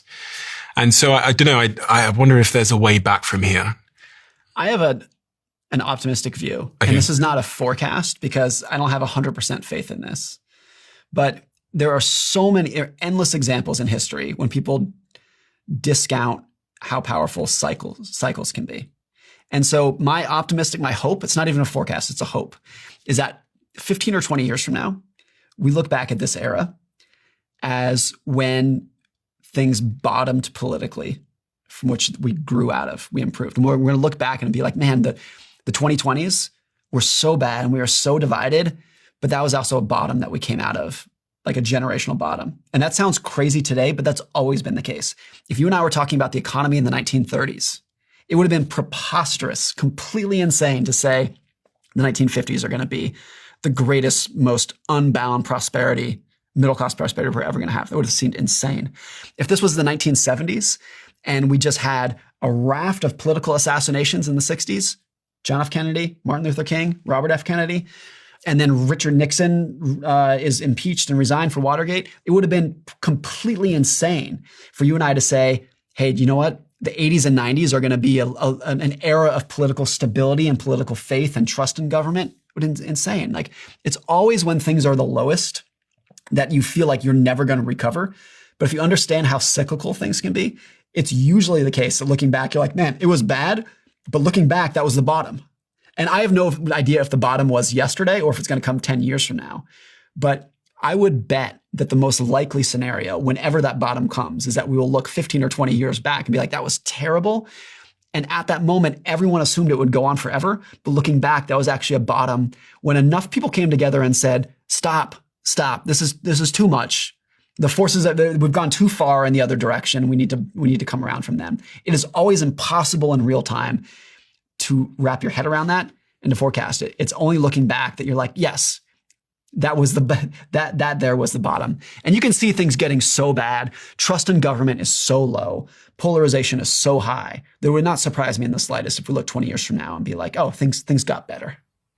I understand that from an economic standpoint. I struggle with it because of the presence of because of the medium in which we communicate now with social media. Yeah. And I was looking at some of the stats here, and it says in 1994, only 20% of Americans held a very unfavorable view of the other party. By 2022, that number has jumped to 72% among Republicans and 63% among Democrats, according to Pew Research. And this is particularly pronounced in the United States and the UK and other parts of Europe. In this report, it says that social media and also cable news' role has only amplified echo chambers, making the divide sharper and more emotional. And I can't, especially with AI in the way, I go, well, AI is going to make those algorithms even smarter. Yeah. At understanding exactly what to show me to increase my engagement, therefore increase their advertising dollars. So I'm like, what would be the mechanism in this context? I have no statistic or even strong thing to back this up with, but my gut tells me that the younger generation in particular is going to be the one that looks at social media and looks at AI and recognizes the bullshit that can come out of it. It's the older generation, it's the boomers today on social media who believe everything that they see. And I think that tends to be where a lot of the polarization comes from. Not to blame everything on the older generation, but I think if you were to look at statistically who is the most gullible on social media of believing every post in their feed, it's the older generation. And it would not surprise me if the younger generation is much more attuned to how quickly you can be led astray into some bullshit rabbit hole that is not reflective of how the broader world works. I don't know if that's true or not, but if you were to ask me to articulate why we're going to get around the social media bubbles, it would be that the generations who have been doing this the longest are going to be the best at recognizing how dangerous it can be. You're a very smart guy, and you're someone that has studied history and understands. You wrote the book Same as Ever, which shows a guide to what doesn't change through history and how things can often stay the same. So this is a bit of a peculiar question for you, but in the wake of what happened to Charlie Kirk yesterday, his public murder, and all that's rising from that, what should someone like me and you, who have public platforms, who reach people on a daily basis, do to help? I think we have to remind ourselves two things about social media. One is that it's been designed by the smartest people of our generation to deliver you in your feed, not the best information, not the right information, basically what's going to give you the most FOMO, the most anxiety, what's going to pull out the starkest reaction in you. Mm-hmm. And the smartest people of our generation have gone to work at Facebook and Google and whatever, and TikTok to make an algorithm that's going to give you that. It's going to give you the thing in your feed that's going to make you go, whoa, what? Like, that's so out. And two is that even when it's not that, even when it is just people's thoughts, people go on social media to perform. They go on, like they are trying to give you, and I'm trying to do this on social media. So I don't want to give you any random thought in my head. I'm going to specifically give you what I think is going to be interesting and whatnot. So if we view social media as a proxy for the real world, and I think everyone it kind of intuitively does, even if when you say it out loud, you're like, no, of course it's not the real world. But it's easy to assume that when I open up Twitter or Facebook or Instagram, I'm like, I'm just seeing a window into the world. And you're like, no, these are people performing for you and the smartest minds in the world ordering that performance for what's going to give you the most anxiety. Are you optimistic about the Western economy, the US economy? I could be optimistic long-term and realistic about what growth means. The reason we tend to have growth in the economy and in the stock market is specifically because there's short-term chaos. So am I optimistic about the next 30 years? Absolutely. I know that my kids will be living a better material life than you and I are. They'll have better medicine, they'll have better technology, they'll have flying cars, whatever it is. But I'm equally confident, if not more confident, that the path between now and then is going to be chaos. And that's not exclusive. That's not mutually exclusive. Like the fact that I know I'm extremely confident that there's going to be a lot of growth and that it's going to be a constant chain of setback and suffering and misery between now and then. Is there anything that you see it creating a setback? I mean, there's these new protagonists in the story. There's AI, there's the declining birth rates, which is going to have an impact on the population. Is there anything that you think is your most focused? There's tariffs as well. There's Trump economics, which can cause some instability. Historically, the biggest risk by far has always been the thing that nobody's talking about. So when you and I survey the world today, we talk about exactly what you just said, tariffs, birth rate. People know about those things. There's never been a period when the biggest risk was something that was knowable. It's always something like COVID, which nobody saw coming, September 11th, which nobody saw coming, the Great Depression, like all these things, Pearl Harbor, all these things that were not on people's radar that did the most damage.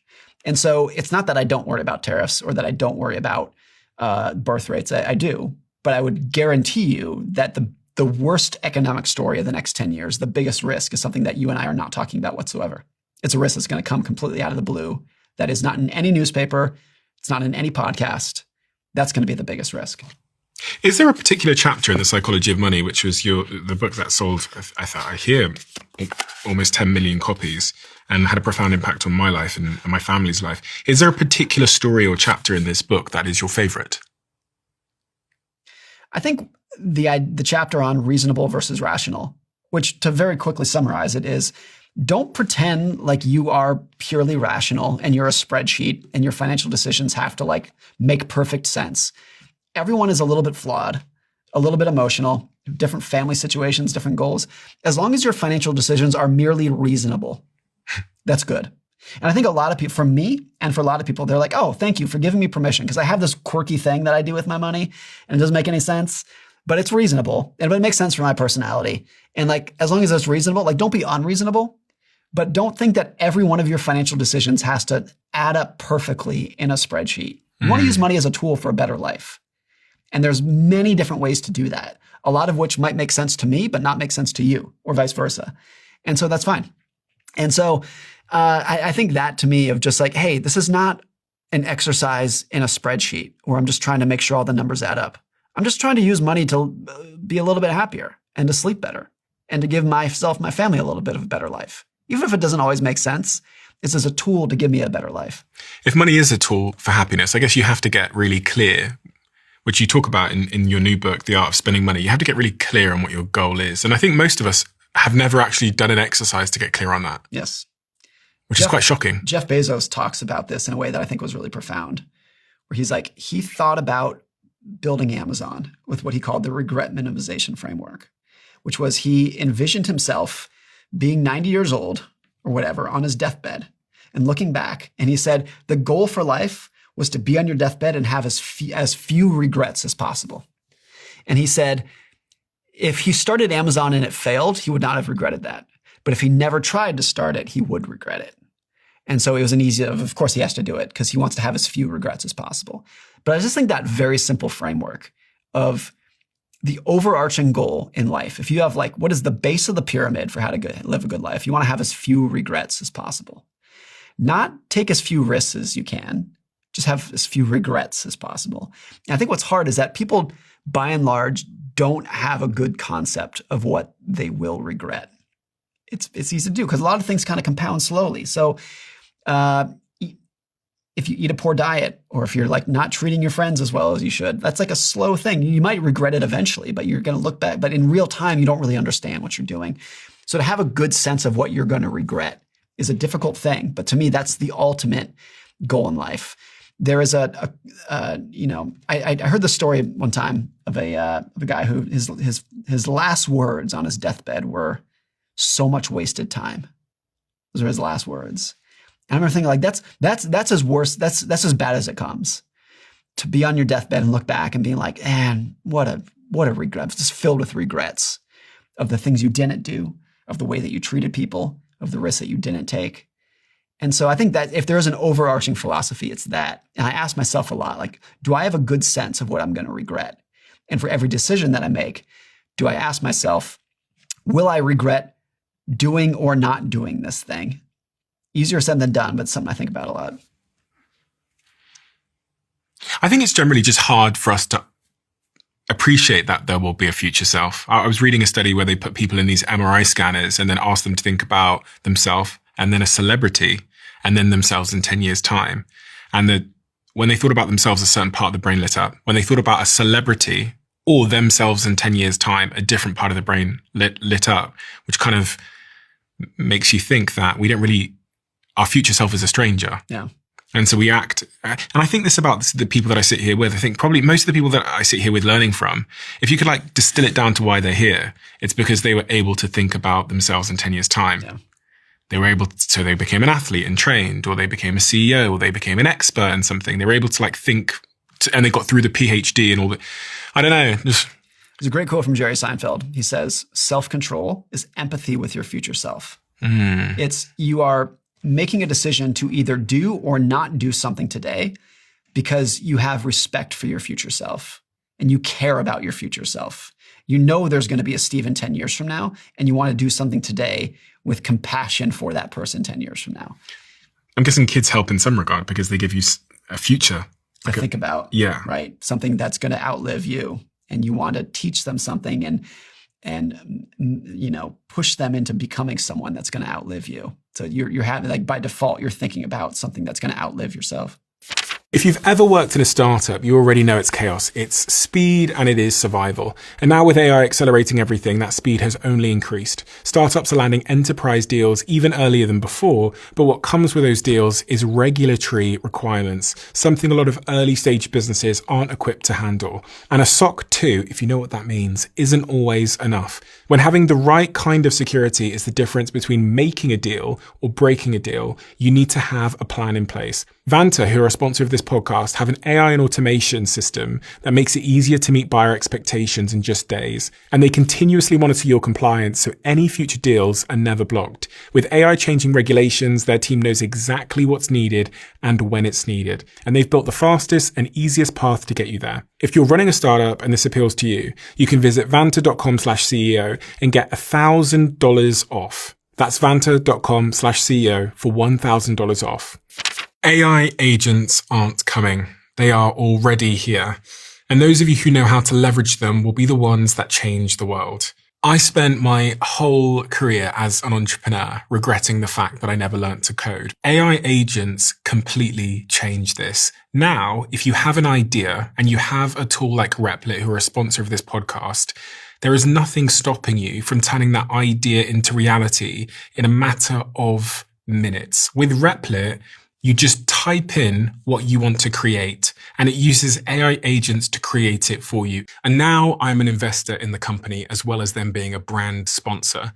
You can integrate payment systems or databases or logins, anything that you can type. Whenever I have an idea for a new website or tool or technology or app, I go on replit.com and I type in what I want: a new to-do list, a survey form, a new personal website. Anything I type, I can create. So if you've never tried this before, do it now. Go to replit.com and use my code Stephen for 50% off a month of your Replit core plan. You talk in the book about trying new things and why that is. There's a chapter called Try Something New. And I think a lot of us actually get stuck in ruts in life, and that ends up, we get stuck in routine. Yeah. It's weird how, as we age, we like routine more, but intuitively, everyone would say that routine makes them boring. Right. Life less spontaneous, less interesting, less awe, less wonder. I mean, there's that thing, people realize this, that summer vacation when you're 10 years old seems like it lasts forever. Yeah. But when you're an adult, summer goes by in 3 seconds. And you're like, why is time going faster? At least one of the theories for why it seems like time goes faster as you age is because when you're a child, every day is something new. You're experiencing something for the first time. It's a constant chain of novelty. When you're an adult, it's probably the same commute, going to the same job, living in the same house. And one day blends into the next. And before you know it, 10 years has passed. And so the idea of like trying something new, I think is important. The point I made in the book about trying something new is you don't know what your thing that you really are going to enjoy in life is. It might not be intuitive. Some people value travel. By and large, I don't. Some people enjoy like spending a ton of money on wine. By and large, I don't. But I do spend my money on things that you might not appreciate. Like everybody's different. There's no formula for how to do it. You have to try a million different kinds of spending before you're like, oh, I like this. I don't like that. I want to focus more on this. And it's not intuitive what that thing's going to be. My wife and I also had this realization in the last month. So many people, when they think about money and spending, they're like, I want to travel. I want to have more money so I can travel. And I think by and large, that's great. Travel is an amazing thing. My wife and I realized that like, I think we've done so much of it. And because we have kids right now that we're like, I don't think we enjoy it that much. And it wasn't until we were looking at our summer schedule that we were like, okay, we got 2 more trips coming up, that we were like, oh, really? And we realized the best part of the last several trips that we've taken is coming home. The most enjoyable part of the trip was coming home. And we were like, can we just admit that maybe we shouldn't be doing this as much as we do? That's so funny. Even if society tells us that we should do it and everyone else, I travel a lot for work. So like my idea of a vacation is not going on an airplane. But you have to realize like everyone's unique and different. Like if travel is your thing or someone listening to this, awesome. Please go do it. We had to just admit to ourselves that at least at this phase of our life, we want to do a little bit less of it. So the idea that everyone's different is important. I think exactly that. I think what underpins much of your message here is this ability to cultivate self-awareness. Yeah. And I think a lot of what throws people off with money is chasing a lifestyle that is right for somebody else, but not right for them. And that it can be very hard thing to do because you're like, man, this person over here, he's working this hard and she has this house and they're living this lifestyle and it looks like they're pretty happy. And then you try to do it and you're like, but I'm not happy. And the truth may have been that working that hard and spending money on that was right for that person, but it's not right for you. That's what we don't understand. If you and I had Jeff Bezos's ambition, Elon Musk's ambition, I think we drive ourselves absolutely crazy. It's right for them. It might not be right for us. And so when we view it as it worked for them, so I should do it too. No. It doesn't work like that. You have to figure it out for yourself. But also the inverse, right? It didn't work for them, so it won't work for me. Is also incorrect. Right. I think it's immature for people to say, I like this thing and therefore you should too. Or the reverse, this didn't work for me and therefore nobody should do it. This is the whole work-life balance debate. That's not how life works. Right. And this is what you see raging on LinkedIn is one group of people saying that amount of work and sacrifice is toxic. You should do it. Or the reverse. And the other, which is you're lazy. You have to hustle. You're lazy if you don't live the life that I do. And both sides are wrong. Yes. It comes from a sense of immaturity that everyone else should enjoy life in the exact same way that I do. I think there's a few psychological forces at play here. One is if you're looking at a bunch of people working really hard and you're not, it's in a weird way holding a mirror up to you and implicitly sort of like indirectly saying that you're not enough. Yeah. And then maybe on the other side, there's some other force going the other way. But I think both sides are kind of like misunderstanding that everybody is not them. Yes. And that's like, I can pick apart elements of your life. I say, wow, Stephen, his podcast is this, and he's got homes here and he's doing this. But there's a million different components of your life and my life and everybody's life that are invisible. And most people, because of self-preservation or because they're trying to get ahead in life, will not disclose what the bad parts of their life are. Of course, everybody does this. I do this, you probably do it. Everyone does that because either they don't want to admit them to themselves or they don't want to talk about it because they think other people are going to judge them for the bad parts of their life. So it's very easy to look at other people's lives and have a sense of like, oh, well, theirs is better than mine, because all you can see is what they are advertising. And because of that, it's very easy to be jealous or envious of people and say, if only I had their life, things would be better.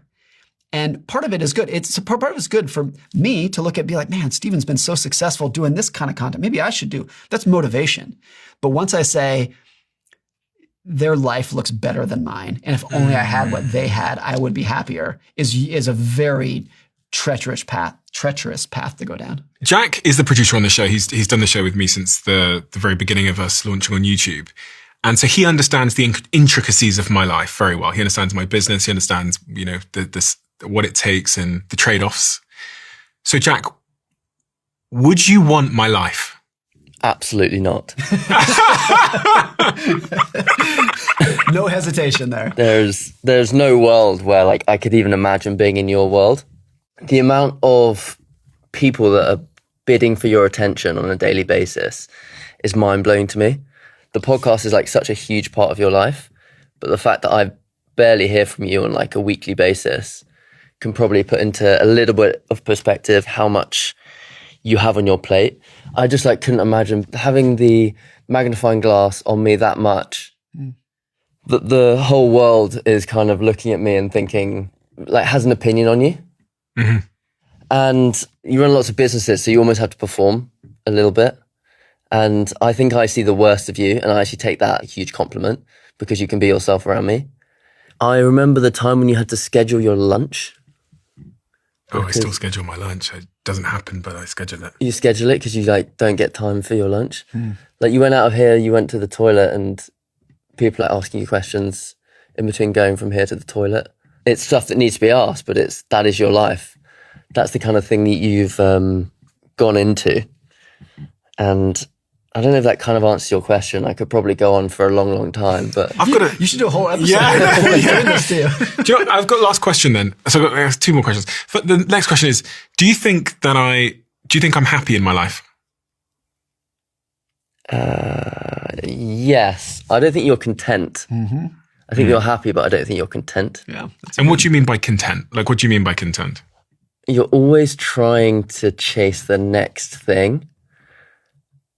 And I'm not sure why. Like, you could so easily just do this podcast and it would do so well for you. Like, it does do so well for you. You could spend all your time doing this, and I think you're super happy when you do this. But then there's also other stuff that clearly makes you happy that you want to do. But then you'll come to me and you're like, we should start this new YouTube channel. And I'm kind of like, yeah, cool, great idea. But I don't know why you want that extra effort. To your core, you're a businessman. So you're constantly trying to build and scale. But on like a personal reflection of how much extra toll that takes on you. And also for Mel, I know your relationship with Mel, you don't see her that much. So I think that's quite an interesting one. But yes, I do think you're happy, but I don't think you're content. And last question, what would you like from my life? What would I like from your life? Yeah, so you said you wouldn't want my life because, and you talked about the downsides. Yeah, what elements of my life would you like? It's actually quite interesting because I think I was talking to Jem and Cozzy about this last night. Your life is so engineered to be super efficient. Yeah. So you have someone books your cars for you, someone books your flights for you. You basically, as far as I'm aware, I don't think you do much kind of normal admin that I would do. No, I don't even pick what I eat. Yeah, exactly. I get the surprise. I walk out here and it's there, and I go, okay, well, I'm having broccoli today. And I think so much of like the joys of what comes from life is the little messiness of life. Mm-hmm. Yeah. And I actually think Morgan kind of touched on this at the start. That simple kind of family that just, they're not like super ambitious, but they're super happy. Like that messiness of life is kind of, there's so much like beauty in that. I know you asked me what you would want from your life, but I think on the surface, I probably would like that stuff, but I understand and appreciate the beauty of doing those. I ask the question around, do you think I'm happy?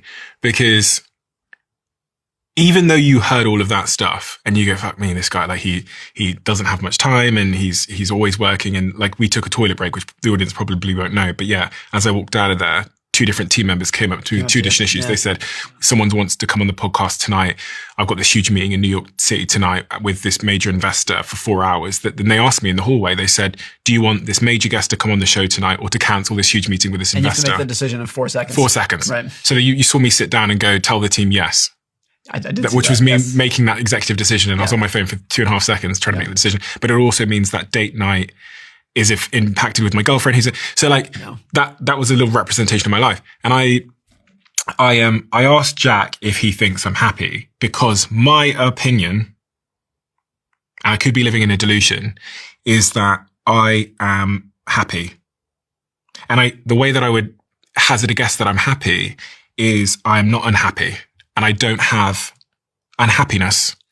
My guess too is that if you said, I'm going to quit the podcast, quit all this, close the business down, you would be beside yourself with anxiety and depression. God. And so it's less about like, does doing this make you happy? I think the better answer is not doing this would make you miserable. Yeah. But that's who you are. And that's how, and I'm so grateful that people like you exist, because I get to benefit from the sacrifices that you made. It's not a Millions of sacrifice to people. me. Yes, I get that. But what, from my perspective, would be a sacrifice I get to benefit from, because you make great content that I listen to and whatnot. And so I like living in a world where most people wake up in the morning and say, this isn't enough. And I think I do that too. I want to write more books, better books. But if you don't have some capacity to say, look, I have ambitions, I have goals that I want to achieve. I want to work hard to achieve those. I want to sacrifice to achieve those. But I'm never going to have a good life unless I can take a step back and be like, man, like, look what I have right now, even if it's not that much. There's a very good book written by a gerontologist named Carl Pillemer. He wrote a book called 30 Lessons for Living, where he interviewed a bunch of elderly Americans. They were like 90 to 100 years old. And he just said, tell me the secret to a good life. You've experienced a lot of life. Tell me what you know. And he has a section where he says, of the 1,000 people who he interviewed, not a single person looking back at their life said, I wish I made more money.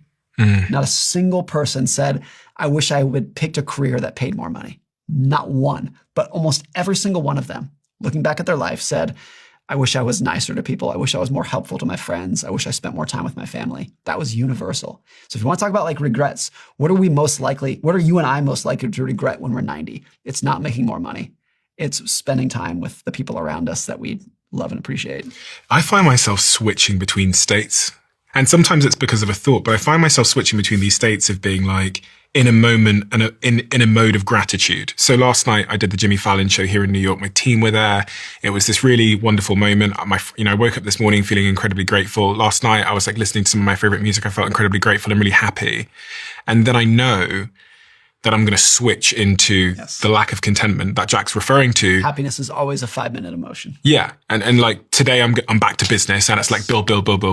And then I have this moment last night where I was making the Instagram post to announce that I'd been on Jimmy Fallon. And I noticed my girlfriend next to me in bed had fallen asleep. And this thought comes through my head all the time now, probably from doing this podcast, which is exactly what you said, which is I am going to regret not spooning her and cuddling her while I have the chance, especially I think because Charlie Kirk had just been shot and I'd seen his family. Yeah. Right. Maybe that's why it was front of mind for me. And I remember putting the phone down and thinking, the thing I'm going to regret is not cuddling her. Yeah. And so I put the phone down and cuddled her.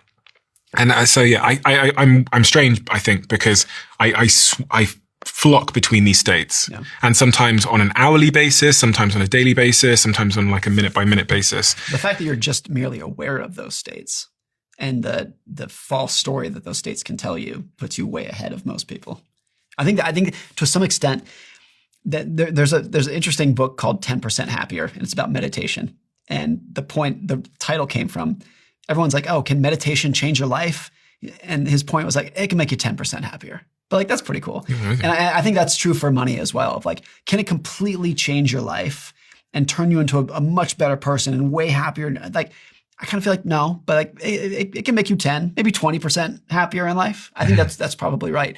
But just being aware of its limitations, like, is a huge relief, I think. Be like, no, if you want a happier life, you're going to have to find it through your purpose and your friends and your family and your health and your other philosophies of life that have nothing to do with money. It can help. It can make you 10, 20, maybe 30% happier, but understanding its limitations and what it's not going to do for you is pretty important. That lack of contentment, I think I sometimes feel guilty about, because I sit with so many people, especially like people that are monks and such, and they tell you that wanting will make you despair and make you unsatisfied. But I find myself as being one of those people that you described that constantly wants to chase and pursue and pursue. And I think that I do have, like, am I supposed to feel guilty about that? Is there something like wrong with me? No. I mean, I think that's how humans have evolved, because at the core of it is competition. Like where you have that, I think, drive, everyone has that drive, is not necessarily because you want to build another business or grow your podcast. It's competition with others who might be doing that better than you or who might take your place if you were to step back. That gives you the anxiety. I think that's what everything is as its core. And that's why I like asking the question, if nobody was watching, what would you want to do? If nobody was watching your podcast, would you still want to do these interviews? If nobody could see your house, would you buy a house that was as big as the one you did? Sometimes the answer is yes. The answer might be yes to both of those questions, but it's an important question to ask of, are you doing this because it actually fulfills you, or because you are competing with other people and you think you're gaining their attention by doing these things? I think everyone who is answering honestly would say for most of the decisions in their life, especially the big ones, the answer is both. Yes. So like choosing Harvard versus the other university, which might have been better, but it's Harvard.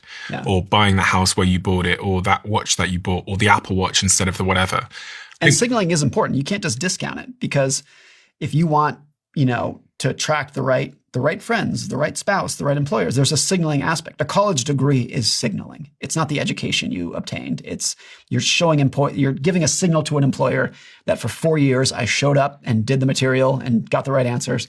It's signaling. Like, signaling can be very, very important. It's not to discount it, but there's a right and a wrong kind of signaling. There's a right kind of like, I'm doing this, I'm dressing in a way and displaying myself and cutting my hair in a way that's going to attract the right friends and the right mates, the right boyfriend, girlfriend, whatever it might be. There's also signaling of like, I'm going to aspire to buy this car that's a huge pain in the ass and I actually hate driving, but I think strangers are going to look at me and pay more attention to me. That's the wrong kind of signaling. I think this is the thing that both sides misunderstand in the debate, is that someone who is a workaholic, believe it or not, can be happy. Yeah, absolutely. And someone who does no work or works 1 day a week can be happy. Yeah. And this is like a really difficult concept for either side to understand about the other side. And that's why as well I asked the question about Jack, like, do you think I'm happy? Because Jack would know that if I walk out of here and he sees me as this depressed person who never smiles, never laughs, and has no joy in my life, doesn't have, then I would very much fit the stereotype of like the tortured workaholic or whatever. But it's surprising. It's surprising. I think we all just want contentment. So I think we get into a lot of trouble when we chase happiness, when what we're actually going for is contentment. We actually just want to get to an area where we're like, I'm good. I'm all set. What's the most important thing or the most interesting thing in your book that you can remember that we didn't talk about that maybe we should have talked about? I think the relationship between money and kids is an interesting one, where every parent wants to use their hard work, what money they might have. It doesn't have to be a ton. You don't have to be rich, but they want to use their hard work in order to give their kids a better life. When a lot of times what the kid needs to do is learn on their own, and they're going to learn vicariously the values that you have about money. They're going to learn just by watching. You don't need to sit your kids down and say, let me teach you how to budget. Let me teach you how to save. Let me teach you how to invest. They're going to watch you and figure it out. And so you have to just lead by example with those kids. You cannot lecture values into them. They're just going to watch how you spend, what you value, how you save, how you judge other people and talk about other people. And they're going to form a philosophy of money based off of that. I often think about money in terms of like attachment styles. In like dating psychology and romance, they talk about anxious, avoidant, and then what's the middle person called? They're like basically neutral. But I think I had an avoidant money attachment style. I think money was the third parent in my household. Yeah. And I learned that money causes problems, that it doesn't come around as much as we would like, that it's really why we argue in the household, that it's the reason why I am embarrassed when we pull up in that terrible car and I try and I hope the traffic lights change in a certain way so that I can be dropped off further away from the school so no one sees me. Like, my relationship with money was established at such a young age. And it's almost like I had like a unhealthy, like they say relationship, but yeah, like an attachment style to it. And I just wonder, like, is that a useful frame to think through? That you have this, this romantic-esque relationship with this thing. And in order to change that, you need to unlearn the lessons. I think a lot of like the lessons that we learn about money when we're younger are because, like I said earlier, it's because when you're young, particularly you're a teenager, you're in your early 20s, most people in that situation have very little other skills to offer the world. Yeah. Humor, intelligence, some people more than others. But in that situation, you're always going to gravitate towards, if only I had a nicer car when I was being dropped off at school, then they would pay attention to me. But the truth is, if you are the funniest kid in class, it doesn't matter if you're dropped off in a old junky car. People still respect you because they're like, man, he's a star of the football team. That kid's hilarious. It doesn't matter what kind of car he's driving. You gain your attention and your respect from something else. But if you're not the star football player, if you're not funny, if you have nothing else to offer, then you seek your admiration through, oh, he's dropped off in an Escalade. He's cool. That's where you want your attention to come from. Is there anything else we should have talked about that we haven't talked about, Morgan? For people that are trying to get a grip of their life, be happy, make better money choices. To me, like the common denominator between all three of those books that you're holding is the idea that we talked about quite a bit on all the shows we've done together, which is that there is no formula for it. And that's very disheartening for a lot of people to hear. There's no formula for here's what I want you to go out and do, which is a lot of what people want out of content, whether it's a book or a podcast. Like, just tell me what to do. And the answer is like, I can't, because I don't know you and you don't know me. We're all different. But I think that's actually the biggest like relief. That's actually the best news, that you don't have to follow somebody else's playbook. You can do it your own way. And it's easier to do it your own way when you come to terms with the fact that nobody is paying as much attention to you as you think they are. You can do it your own way, free of judgment and other people, making fun of you or judging how you're living life, because they're too busy worrying about themselves. You have to figure out what works for you and do it. And that's as close as we can get as a formula for living a better life. It's funny because the book is called The Art of Spending Money, but much of the through line throughout the book is really about happiness. Yeah. And I guess that's really what money is for many people. A tool to become happier. Tool to become happy. Yeah. I remember when I interviewed Mo Gawdat, who wrote a book about happiness. He said to me a line that's always stayed with me. He said, happiness is when your expectations of how your life is supposed to be going are met. Yes. And so through that lens, I look at everything. I look at like the food that you're given in a restaurant. And if you expected it to be this and it doesn't come like that, there's unhappiness, even if it's like a 5-star A5 Wagyu steak or whatever. Yeah. And then your relationships, all of my arguments I've ever had with my girlfriend all stem back to unmet expectations. I was thinking, if you ride the Amtrak train from like New York to Washington, D.C., on every train they have what's called the quiet car. And in the quiet car, you're not supposed to talk at anything above a whisper. No phone calls, no talking with your friends. It's the quiet car. And people go there for peace and quiet and serenity. And the irony is that people are so uptight in there because if they hear one peep out of everyone, they're like, would you shut up? We're in the quiet car. They're so frustrated about it because your expectation is, I'm going to get quiet. And if it's anything other than quiet, you lose your mind. And it's like, at that point, that's when your high expectations are actually working against you. Interesting. People are actually calmer in the normal car where there's chaos all around them because that's what they expect. So that's the unhappiness cart. Right. Your expectations are a debt that has to be repaid. That gives us a controllable element to our happiness, doesn't it? Well, your expectations. Yeah. Because your expectations are more in your control than things like what the economy of the stock market is going to do next. Like nobody has any control of what the stock market's going to do next. But you do have more control over your expectations of how much money do you expect to make next week? What do you expect out of the stock market? What do you expect out of your career? What do you expect out of your spouse? Like that is more in your control than influencing other people's behavior. And this is probably why all these Eastern traditions talk about gratitude, because gratitude is the very realization that expectations I once had are currently being met. Yeah. And it just, even when you start to think about dreams you once had that you are now living out, for me, it makes me feel, that feeling of contentment. It makes me feel really, really good inside. So like even yesterday where I took a moment and I was on the Jimmy Fallon show and it's like this crazy thing to me that I could never have imagined someone like me doing. And I took a minute to just like think about how far beyond my expectations this stuff was. Yeah. If you feel overwhelmingly good about it. But the truth was relative. If you just thought about yesterday, you expected to go on the Jimmy Fallon show. That met your expectations for the day. If you looked at your calendar for the day, it was, I need to go to Jimmy Fallon. I need to perform. I need to say the right things. Yeah. But over the longer scope, that's off the charts of your expectations. And that's the zooming out is where we see. Right. the gratitude, fills us up. Right. And it's very difficult to say this without sounding ridiculous, but you can even zoom out and be like, God, I'm so grateful to live in a world with antibiotics and Advil. Like, it sounds crazy because we expect them.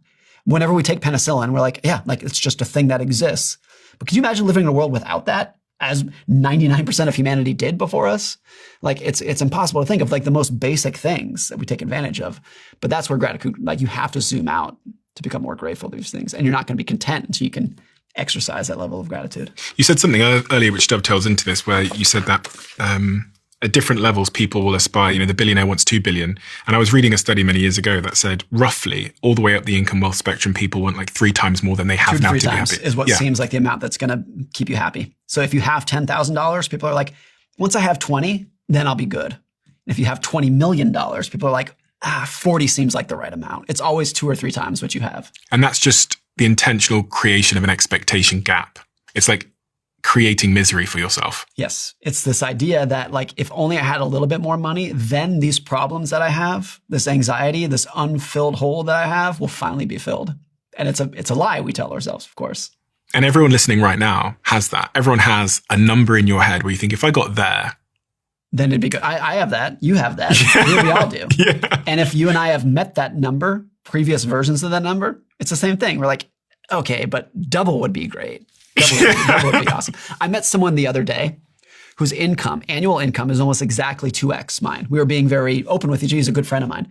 And the instant feeling I had, I didn't say this, but the instant feeling I had was like, okay, if I had that, everything would be great. And it's absurd. We do that all day. And I'm sure if my friend met someone whose income was 2x of his, he would be like, oh, that's the level. That's the one. Because your overheads go up, but then your comparison group also increases. Right. So you're now poorer in a different class of comparison. Like, yeah, you're like, when you bought that new house you just bought, that must have moved you to a new neighborhood. And there's houses in the neighborhood nicer than ours. Yeah. And my wife and I talk about them. Really? It's absurd. Now, I think because I write about this stuff, I think I'm a little bit better at catching myself in those moments, but I won't pretend that I don't have those moments. They're almost unavoidable. What has worked for you? Is there anything that has actually worked for you in terms of detaching you from comparison and what people think? Is there anything at all that's worked? I like this term, humble bubble. I want to live in a humble bubble. It has to be humble because I don't want to live in a bubble where I don't have empathy for other people. I want to take in the experience of others so I can try to understand the world that I live in. But I want to live in a bubble in the sense of like, I want my expectations not to leave my own house. Easier said than done. But when my expectations don't leave my own house, I'm like, I want good health for myself. I want happy kids. I want a good marriage. And those things don't leave my roof. Once my expectations leave my bubble, once they expand outside of my house, I'm like, oh, look at his house. It's like, I always think about that humble bubble of like, the only thing that's going to make me happy exists underneath my roof. And I know that. And as soon as my aspirations are leave that, I know it's just going to spin out of control. I try to think about that a lot. And as I mentioned before, the idea of if nobody was watching, what would I care about?